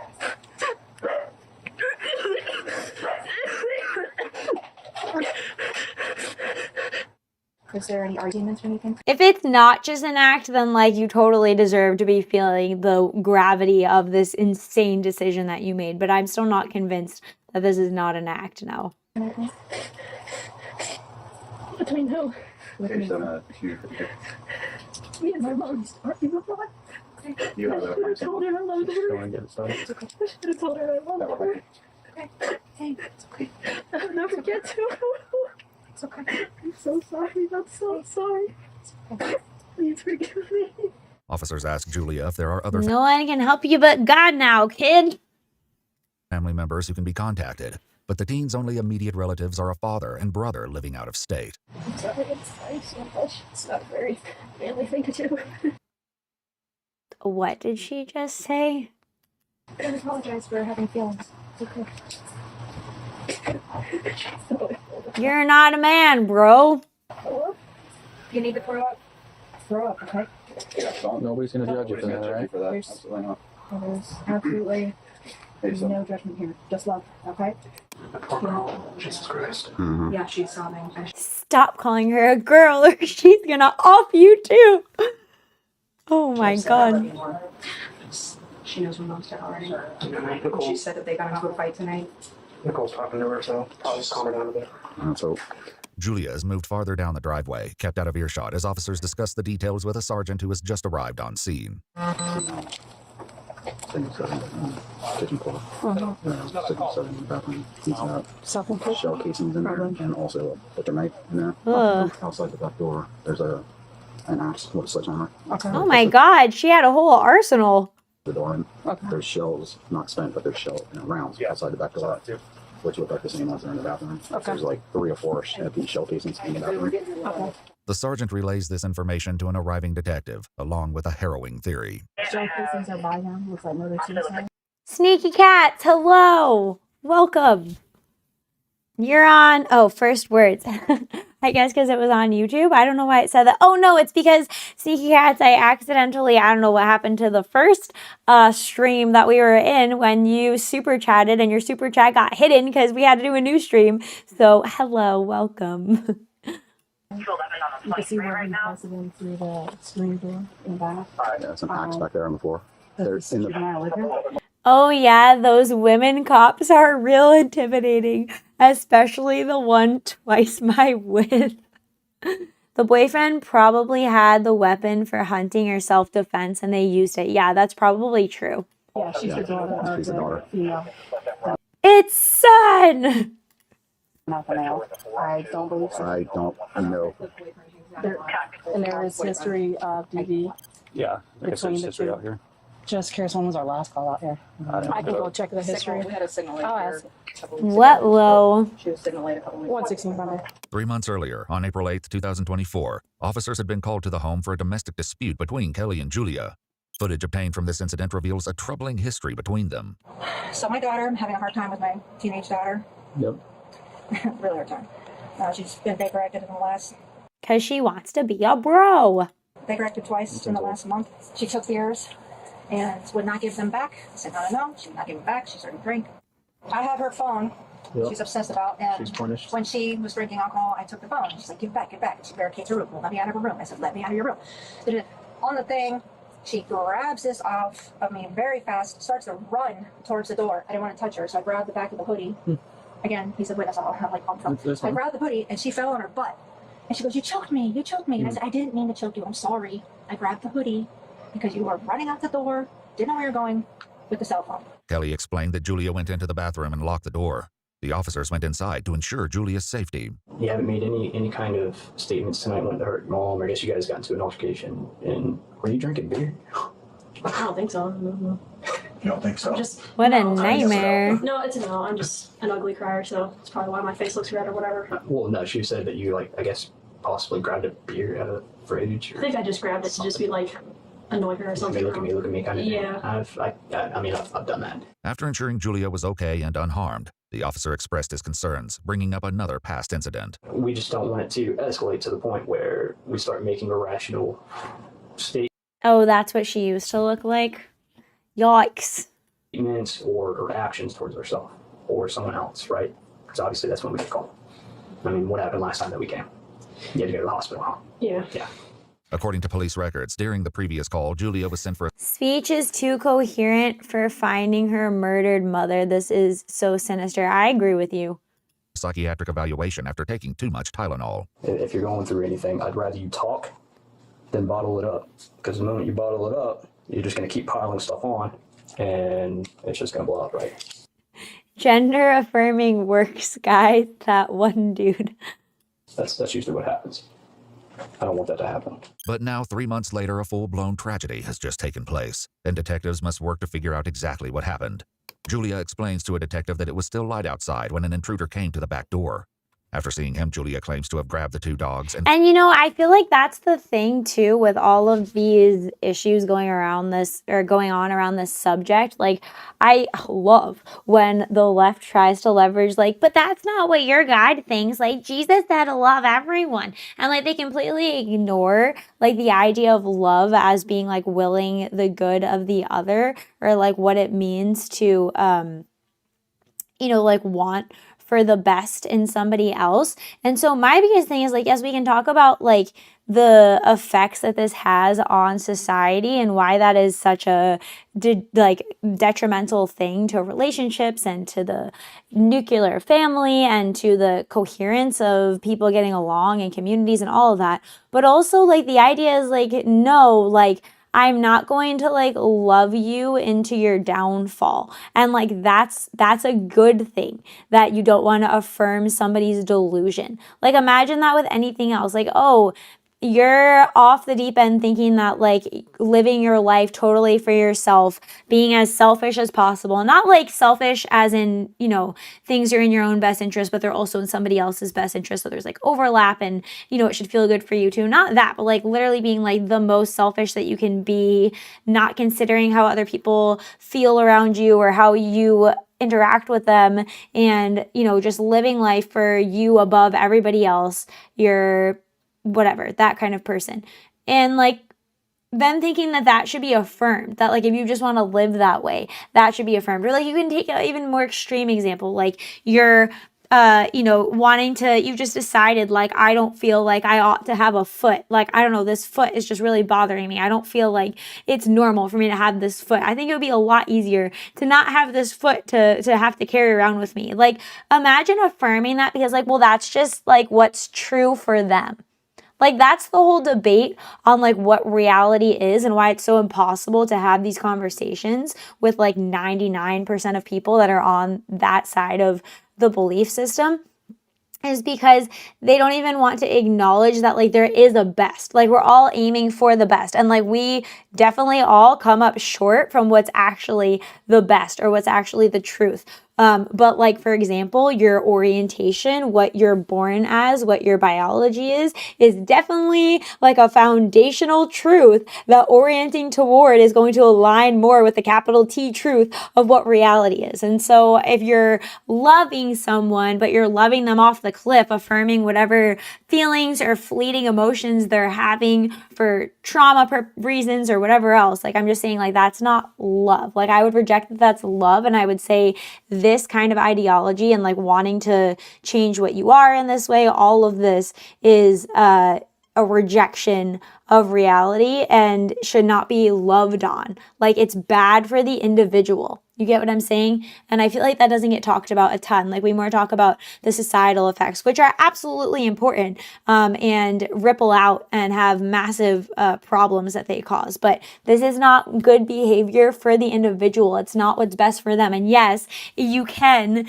know to a certain degree of confidence what is more best for someone than something else. Like, if we can make reasonable arguments and ascertain enough to be alive in the world and to make decisions every day, then yes, like it is true that we can know some routes are better than other routes. So just saying.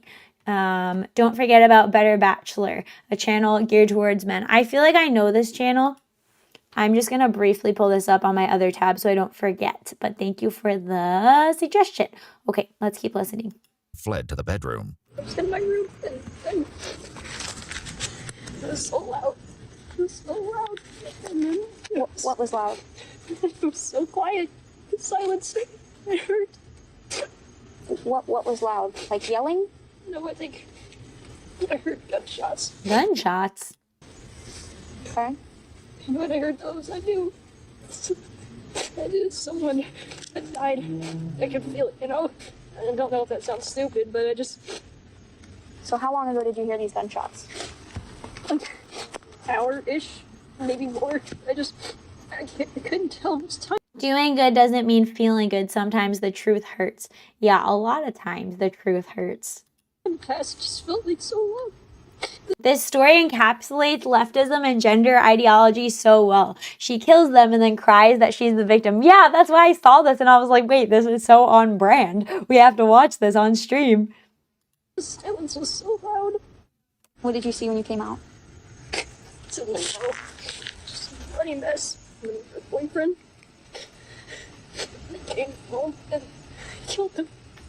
Who killed them? I don't know. I had just been braver, faster. I should still be here right now. The detective learns that Julia spoke with Kelly via text while she and Matthew were out of the house. But after reading this conversation, something clearly doesn't add up. You guys are having conversations. I like how people always think that they're gonna like get away with these things, like that there aren't detectives that are gonna figure out like that smells a little fishy, doesn't add up. You know, like I feel like a lot of crime does get gotten away with. Is that how you would say it? It does. People do get away with it, but I feel like the crime that what would you say? Like the crime that gets caught is the crime that's put in front of police or detectives. Like if they are aware of the case, they're going to figure it out. You know what I mean? Like you think you're going to sit here and like that they're not going to have your phone record history and figure out what exactly was going on here, that people, you know, spend their career figuring out motives and the logic behind who did what in crime scenes. So. But you said it was light out when someone started breaking into the house. But these text conversations are happening at 9:15 p.m. I'm not exactly sure. Maybe it was like sunset-ish. I don't know. But the confusion doesn't end with Julia's unclear timeline. Inside the home, officers struggle to make sense of a crime scene that becomes more puzzling by the second. So he must have been shooting as he came in. I think. But the casings are in the bathroom. Yeah, but there's a casing there's a. Right. He could pick the casings up. I think. I feel like I'm not seeing all of your chats. I don't know what is going on. And it's showing chat for Kick, but I'm not streaming on Kick right now. What in the heck? Okay. He's waiting for her. Her backpack's there, her shoes are off. Right. Like, she can then take the shoes off, set the backpack down. She's gonna have to be shot on that right-hand side. She walks in the door, and then he comes out. He's sitting over here. Yeah. While there are multiple shell casings and unspent rounds of ammunition throughout the house, there's no sign of a gun anywhere. Is there guns inside the home? Yeah, there was. There was? Where did it go? I don't know. How do you know it's not there anymore? I don't know. I went into my mom's room and before I called 911 because I wanted to see if he was still here or not. It's not adding up, Missy. Okay, what did you do when you were in your mom's room? She has this lockbox where she kept a lot of my things. So I looked in there to see if it's stolen any like electronics or anything, right? Because those are expensive. And I could see in the holster where the gun was. It was empty. Along with the gun, Julia claims several boxes Just have, a gun, ammunition, an axe, a hammer. What else did she have in her little loadout here? of ammunition were also missing from Kelly's room. The detective steps away momentarily, asking an officer to give Julia a pat-down. You're not in trouble. The craziest thing, too, is, she's probably going to go to jail for this and get, gender surgery or, medication that we have to pay for on the taxpayer dime. That's insane. She did that while hiding from an intruder. That's not believable at all. What a bad excuse. Or anything, but this is just for everybody. Nothing on you that's going to looks like you're standing on. Are these your AirPods? Afterward, the detective calls the officer away from Julia. I'm sorry, you're asking a question. No. Something like your clothes or anything? Don't ask me questions. It's pretty sure. Oh. Rather than confront She already knows. Pretty sure she killed them, so... Julia outright, the detective continues asking questions, searching for anything else that might confirm her suspicions. Did you touch your mom? I don't think so, no. I didn't want to touch their bodies. They were on the ground and stuff, and I didn't know if it would make things worse. I didn't know what it would do. What do you mean by make things worse? Well, I didn't know if, it would hurt, or if, I don't know, put her through more pain by, moving her. And I don't know. Okay, was she breathing when you saw her? I don't think so. Did you check to see if she had a pulse or anything like that? I didn't touch her, so no, but I didn't hear her breathing, and there was a big pool of blood. So Yikes. I just assumed, I guess. So you just what? Assumed, I guess. Okay. Is that, you do the same thing with Matthew? Assumed? And they're all bloody. I didn't want to get blood all over my hands, I guess. Oh, the blood is on your hands, woman. Yeah. I don't know, I just felt like if I did anything, it would make it worse. Still, blood seems to have transferred onto Julia's shoes, as bloody footprints are discovered throughout the house. Yuck. No, that was not us, because we did not step in them, bro. These look like Converse. Yeah, those are, I think, daughter's shoes. And the gun, have you ever touched the gun? A long time ago, my mom had me train with it in case someone broke in. Oh, she's crafting the story. So you're familiar with gunsmen, how they work, how they shoot? Okay. Well, I know it's a lot for you to process. I know it's a lot going on right now for you. Obviously, we're going to do our absolute best to figure out what happened here. Because that's your mom, right?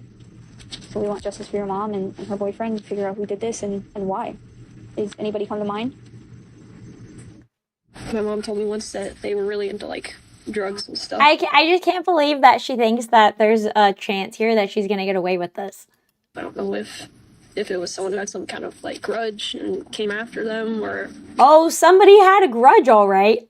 Because this is just me, thinking out loud. Yeah. But they didn't really seem like they wanted me in particular. It was, because if you think about it, if Because I know that there was dogs barking, and you don't want to go into a room with a pit bull in it. That's obviously a dumb thing to do. Like, do you think they knew you were there? Well, I think they saw me, but I don't think they... I don't know. I didn't really pay attention to... I was mostly focusing on getting my dogs and me out of trouble, right? Because... Right? The story made sense. I was thinking about it that whole time, right? I had them for years and loved them with all my heart. So why do you think it is that he didn't come after you? The dogs. By Julia's account, the killer smashed through the unlocked sliding glass door, took Kelly's gun and ammunition from her bedroom, waited for Kelly and Yeah, she did say they were locked in a different room.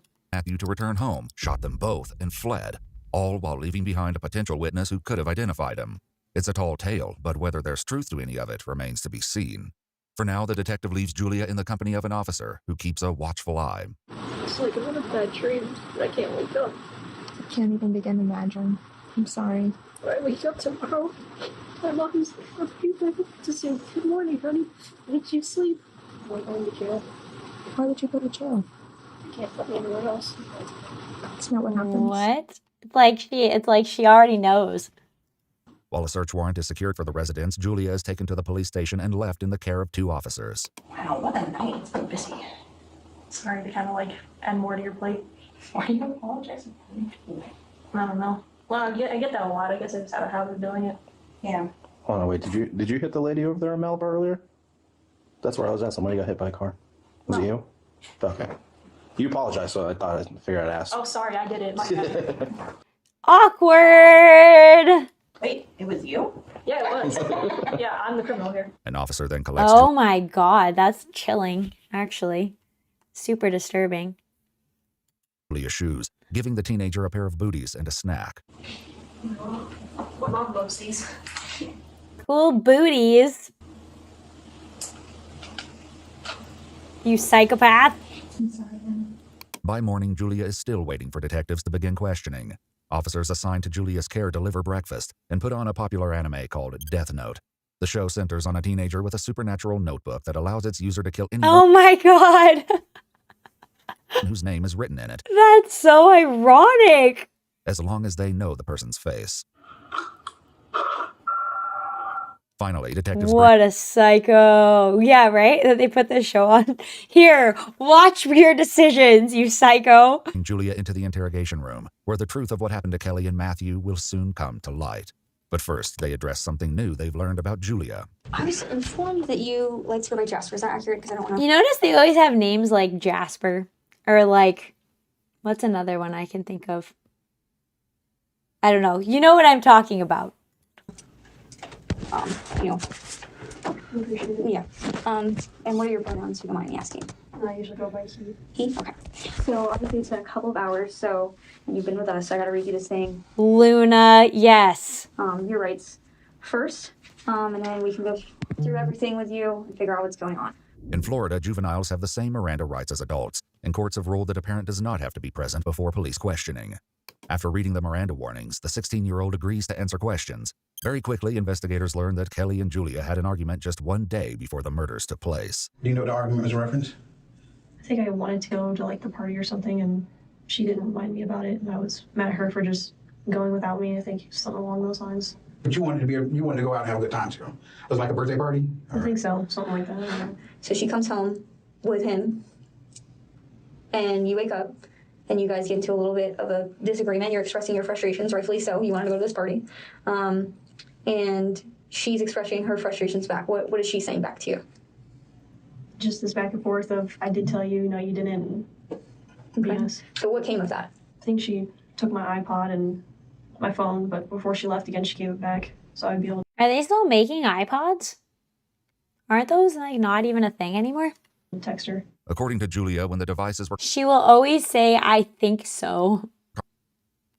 confiscated, Kelly would put them in the lockbox in her bedroom. So I looked in there to see if it's stolen any like electronics or anything, right? Because those are expensive. Before they continue, Julia asked to use the restroom.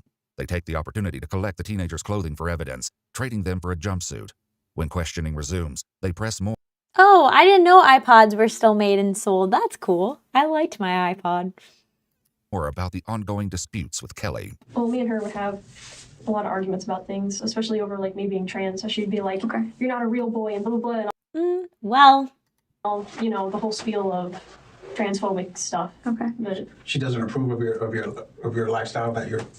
She doesn't approve of that. would you say she was like trying to kind of Ven hag-maxing with that comment. Hey, F you. I'm pretty sure iPods were discontinued and then maybe they came back. I thought they were out of production like a while ago. Not an iPad, iPods. meet me in the middle, but it wasn't really working all that well all the time. She would try to call me child instead of, because it's more like gender neutral rather than kind of meeting in the middle, I guess. Kelly's Facebook page is filled with photos that suggest they once shared a close bond. In a video Kelly posted in February of 2020, affectionately captioned My Julia, the preteen proudly speaks in support of Kelly's business. My name is Julia, and I want to tell you about... If you want to learn more, go to my mom's website. But as the interrogation continues, it becomes clear the relationship between them had deeply fractured following Julia's decision to... Look at those darting eyes. I made you so mad. Heck you. If I'm an old lady, I'm looking pretty good for being 472, okay? transition. Is she misgendering you? Yeah. So when you guys are arguing, is she intentionally, calling you she, or not using the appropriate pronouns, or not referring to you as Jasper and referring you as Julia? And like, actually kind of being like, this is going to be kind of vulgar, but she'd be like, oh, you have breasts and a vagina and blood and all that, all that bull- You're actually born as a girl, so you're a girl. Crazy! Crazy, you hate me. kind of shoving it in my face, and I'd yell back, I know, you don't think I know that? Because obviously it's kind of painful, because she would always say that, oh, they're dumb and stupid like that. No, it's not real. Even if you get the surgeries, it's not real, and sounds like mom was based. Things like that. Is that something you guys had discussed, getting surgeries and whatnot? A lot, yeah. And she'd be like, oh, I don't want you to sew on a fake like that. Not untrue, mother. 3 months earlier, during the domestic dispute call, Kelly discussed this on... Yeah, she still paints her nails. And also, like, I have a question. I didn't realize that, I don't know, I think I'm just out of the loop. They refer to themselves as trans, even if they don't have the surgery yet. Like, just dressing, like, not just being a cross-dresser still counts. I guess I did know that, but I don't know. That just, like, breaks my brain. That makes no sense. Ongoing conflict with police. Basically, the kids get into now, this whole trans, it's so bad. Yeah. And I'm totally against it. But I still was kind. I was like, if you want to think you're a boy, you can think that. But you're my daughter, you're Julia, and we're just not going to talk about it. Like, you can have your dumb, unfounded in reality opinion. That's fine. As for Matthew, Julia says they never discussed it. So this was never a point of contention between them. Me and him didn't really talk a lot. It's a thing. We're like kind of peaceful, but like coexisting. Coexisting, that's the word. We weren't friends, but like we weren't necessarily enemies either. It's kind of just whatever. They stopped making iPods in 2022. Ha! I told you! I told you I knew the facts. He's just a couple years older than you, right? Yeah. How do you feel about that?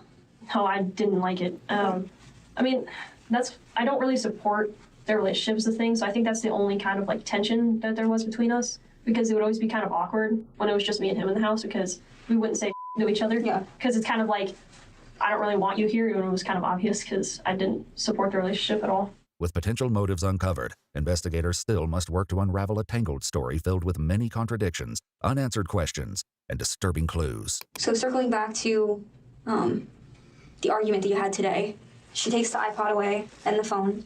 She ends up giving it back before she leaves. Where is she going? Or they, rather. They went to go get a bed frame for her bed because she got tired of it being on the floor. Julia claims Kelly and Matthew left together around 7 or 8 p.m. And shortly after is when the alleged intruder made his appearance. So what do you hear next after that? Well, I hide, and then I'm just sitting there hiding. The dogs are barking, and then I hear the glass shatter and come in. Maybe she had like this whole twisted, like imaginative plan where the intruder is just the mental projection of her ideal as the masculine that she's not. So I knew that it's probably him coming in. But hours earlier, an officer waiting with Julia made a crucial... It's the he I wish I could be. ...observation, raising the possibility that someone else may have broken the glass door. What happened to your hand? Oh, just an old scar. Did you get into an accident or something?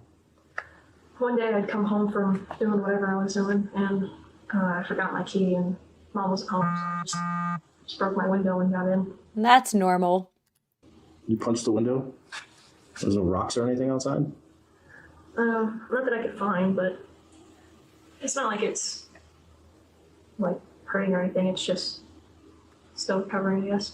According to police records, the glass from the back I really don't understand the nail painting. Like, I feel like this is what I mean about them wanting to delete categories. Not even just flip to the opposite category, but be like, there's no categories. You can't pin me down because I'm nothing and everything at once. Like, that's the vibe I get from that. sliding door was found on top of Julia's bloody footprints, as well as Kelly's leg and Matthew's cell phone, meaning the glass had been shattered after the murders took place. Though the detectives are aware of this fact, they allow Julia to continue the story. After a while, when he's walking around, I can hear him like doing something, and then there's like a lot of like banging. And I don't think I'd want to do it, but wow, being a detective like this would be fascinating. I hear like wood cracking and stuff. I think he kicked down the door to my mom's room. Julia says nearly an hour passed. Why is she in a hazmat suit? I don't know. Maybe it just has punishment. The intruder in the house before Kelly and Matthew arrived home. How did you know it was them walking through the door? I don't know. I guess I just assumed because I think I heard their voices, or kind of. I couldn't tell what they were saying, but it sounded like them, so I assumed it was them. And that's when I heard the loud like banging that I assumed was like gunshots or something, and yelling. Who was yelling? I think Matthew was yelling. What was he yelling? I think it was something along. Don't kill me, you stupid bitch.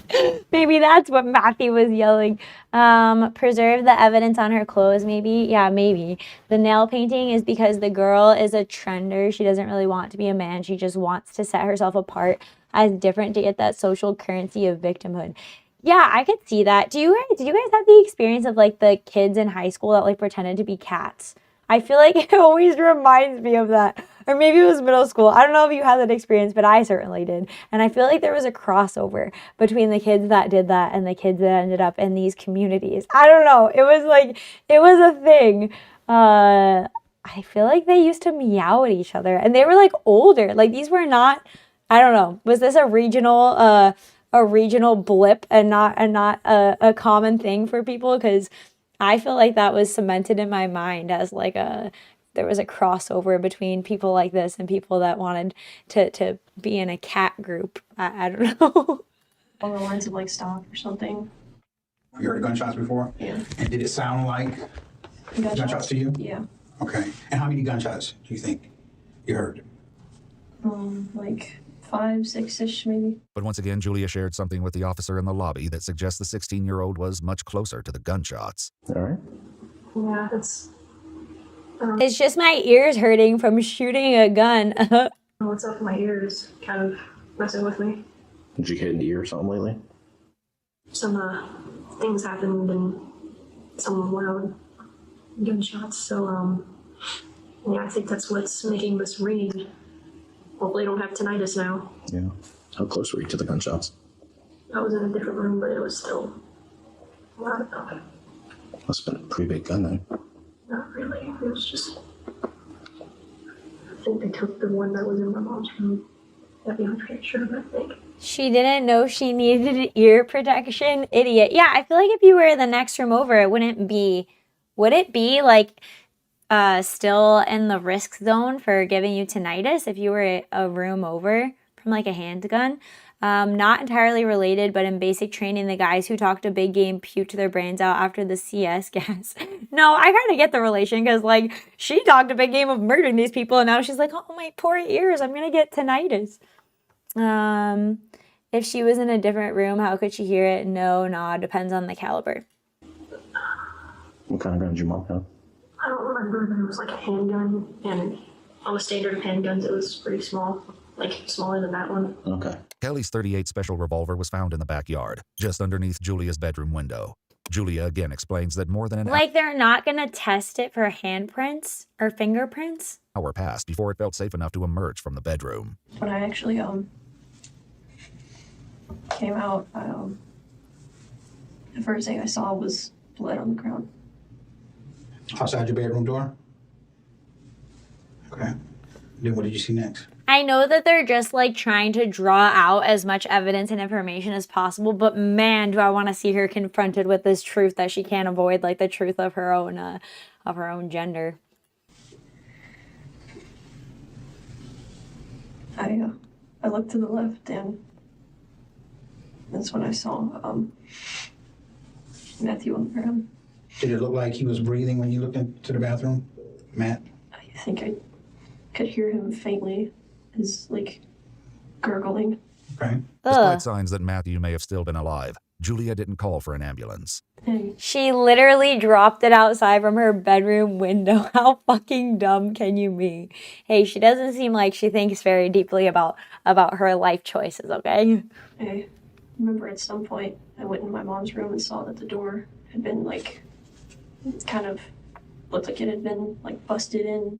Again, I was checking to see if anything had been stolen when I saw the lockbox where I assumed my mom kept most of my devices when she took them, and you know, again, devices are expensive. Such as? Like my iPod or my phone that my dad had shut off, things like that. Okay, so you saw those in there, so they hadn't been stolen. Are these your AirPods? And that gun that your mom It's not adding up, sister. has, the one that was missing, have you ever touched that gun before? That's what I used to get trained for my gun certificate. With Julia's account conflicting with evidence found at the scene, investigators confront the teenager directly. To be quite honest with you, we don't believe that this is how this happened, okay? All right. Oh, did you see that slow look up? Like, they're not buying my truth. Looked over this crime scene, and there's things in this crime scene that's not adding up with what you're saying, okay? Because I don't believe the story about someone coming into the house. We looked at your surveillance camera, okay? We don't see nobody coming through that back door. We see your parents coming home through the front door. We see bloody footprints inside the dining room area in front of the rear sliding glass door underneath the glass.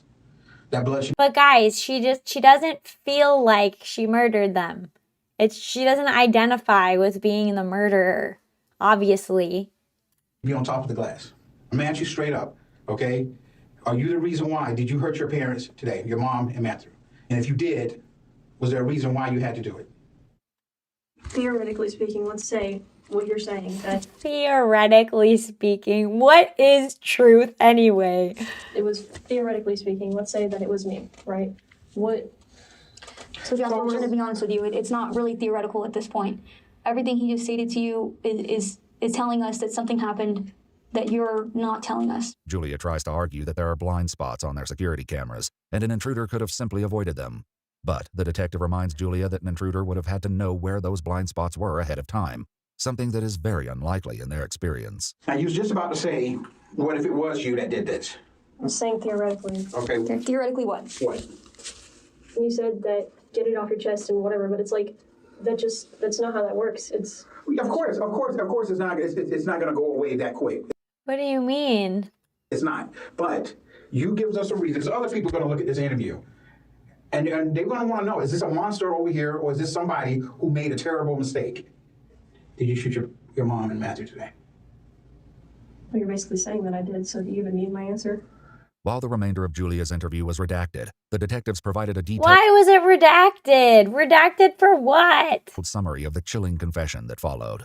Julia admitted to breaking into Kelly's bedroom while she was gone, obtaining the revolver and ammunition. Knew The it. teenager then waited in the kitchen for Kelly and Matthew to arrive home. Knew with it. a gun in one hand and a knife hidden in a pants pocket.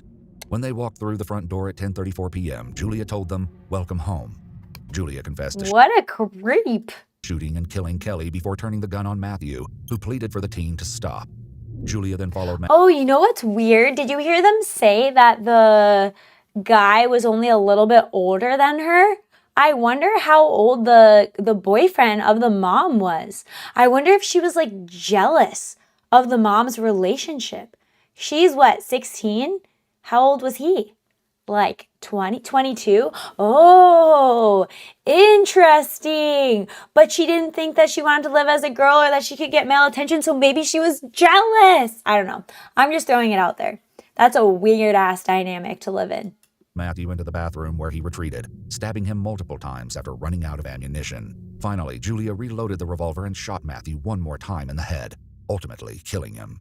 Julia then Oh yeah, the mom was 38 and he was 22. I missed that. shattered the sliding glass I door just heard when they said that he was pretty close in age to the daughter. and tossed the gun outside near the bedroom window in an attempt to stage the crime scene as a break-in, and called 911 roughly 90 minutes later. Julia admitted to reaching a breaking point over Kelly's lack of support for the teen's transition and Julia's lack of support for Kelly's relationship with 22-year-old Matthew. Bro, that's According to court crazy. Where's the dad in the situation? They said he lived in a different state, right? It seems like there might be some daddy issues in this case. documents on August 6, 2024, Julia Egler was indicted on 2 counts of first-degree premeditated murder with a firearm and was held It's giving murder. without bond. Only positive of Gen Z being dumber than previous generations, too stupid to get away with crimes. It's giving murder, guys. Julia Egler entered a written plea of not guilty, and the case is ongoing. A public statement released by the Florida State's Attorney's Office confirms that Julia will be prosecuted as an adult, adding that the teenager is not eligible to receive the death penalty by law.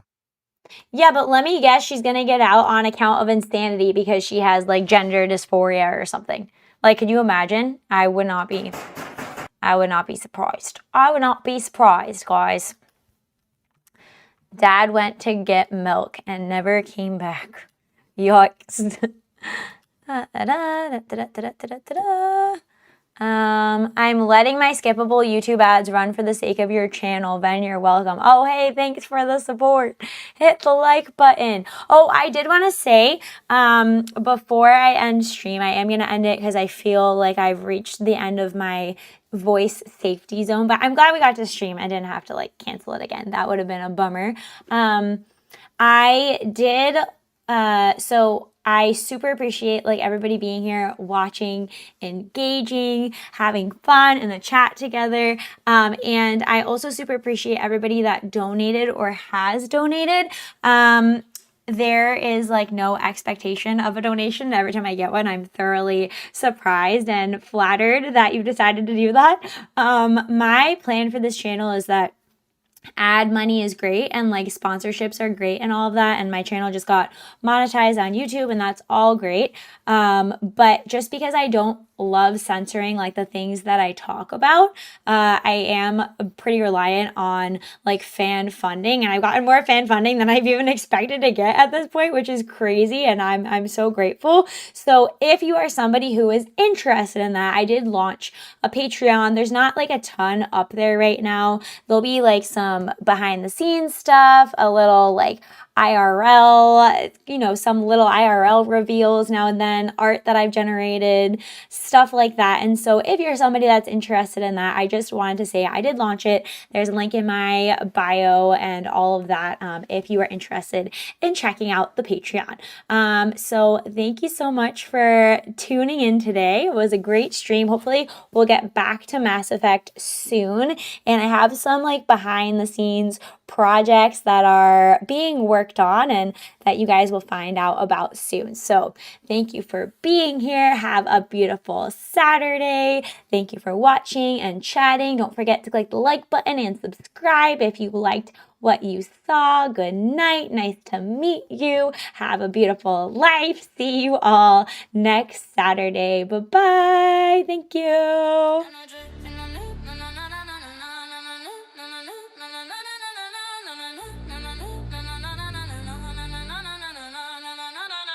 Venatrix in the chat, neon eyes on glow. Big bad wolf, VT feet on flow.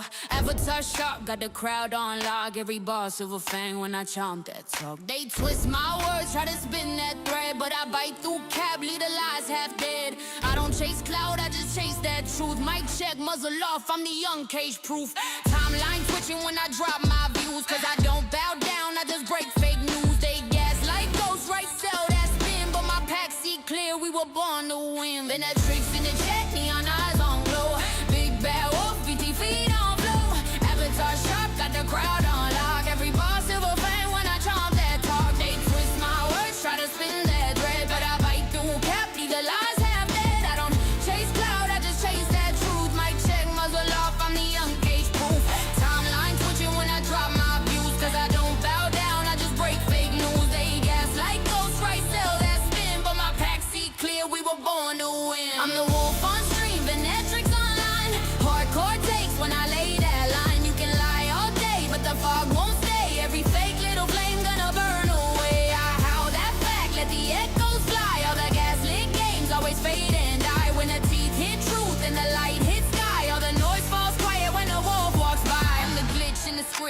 prefab lies. No puppet on a string, I retract those ties. They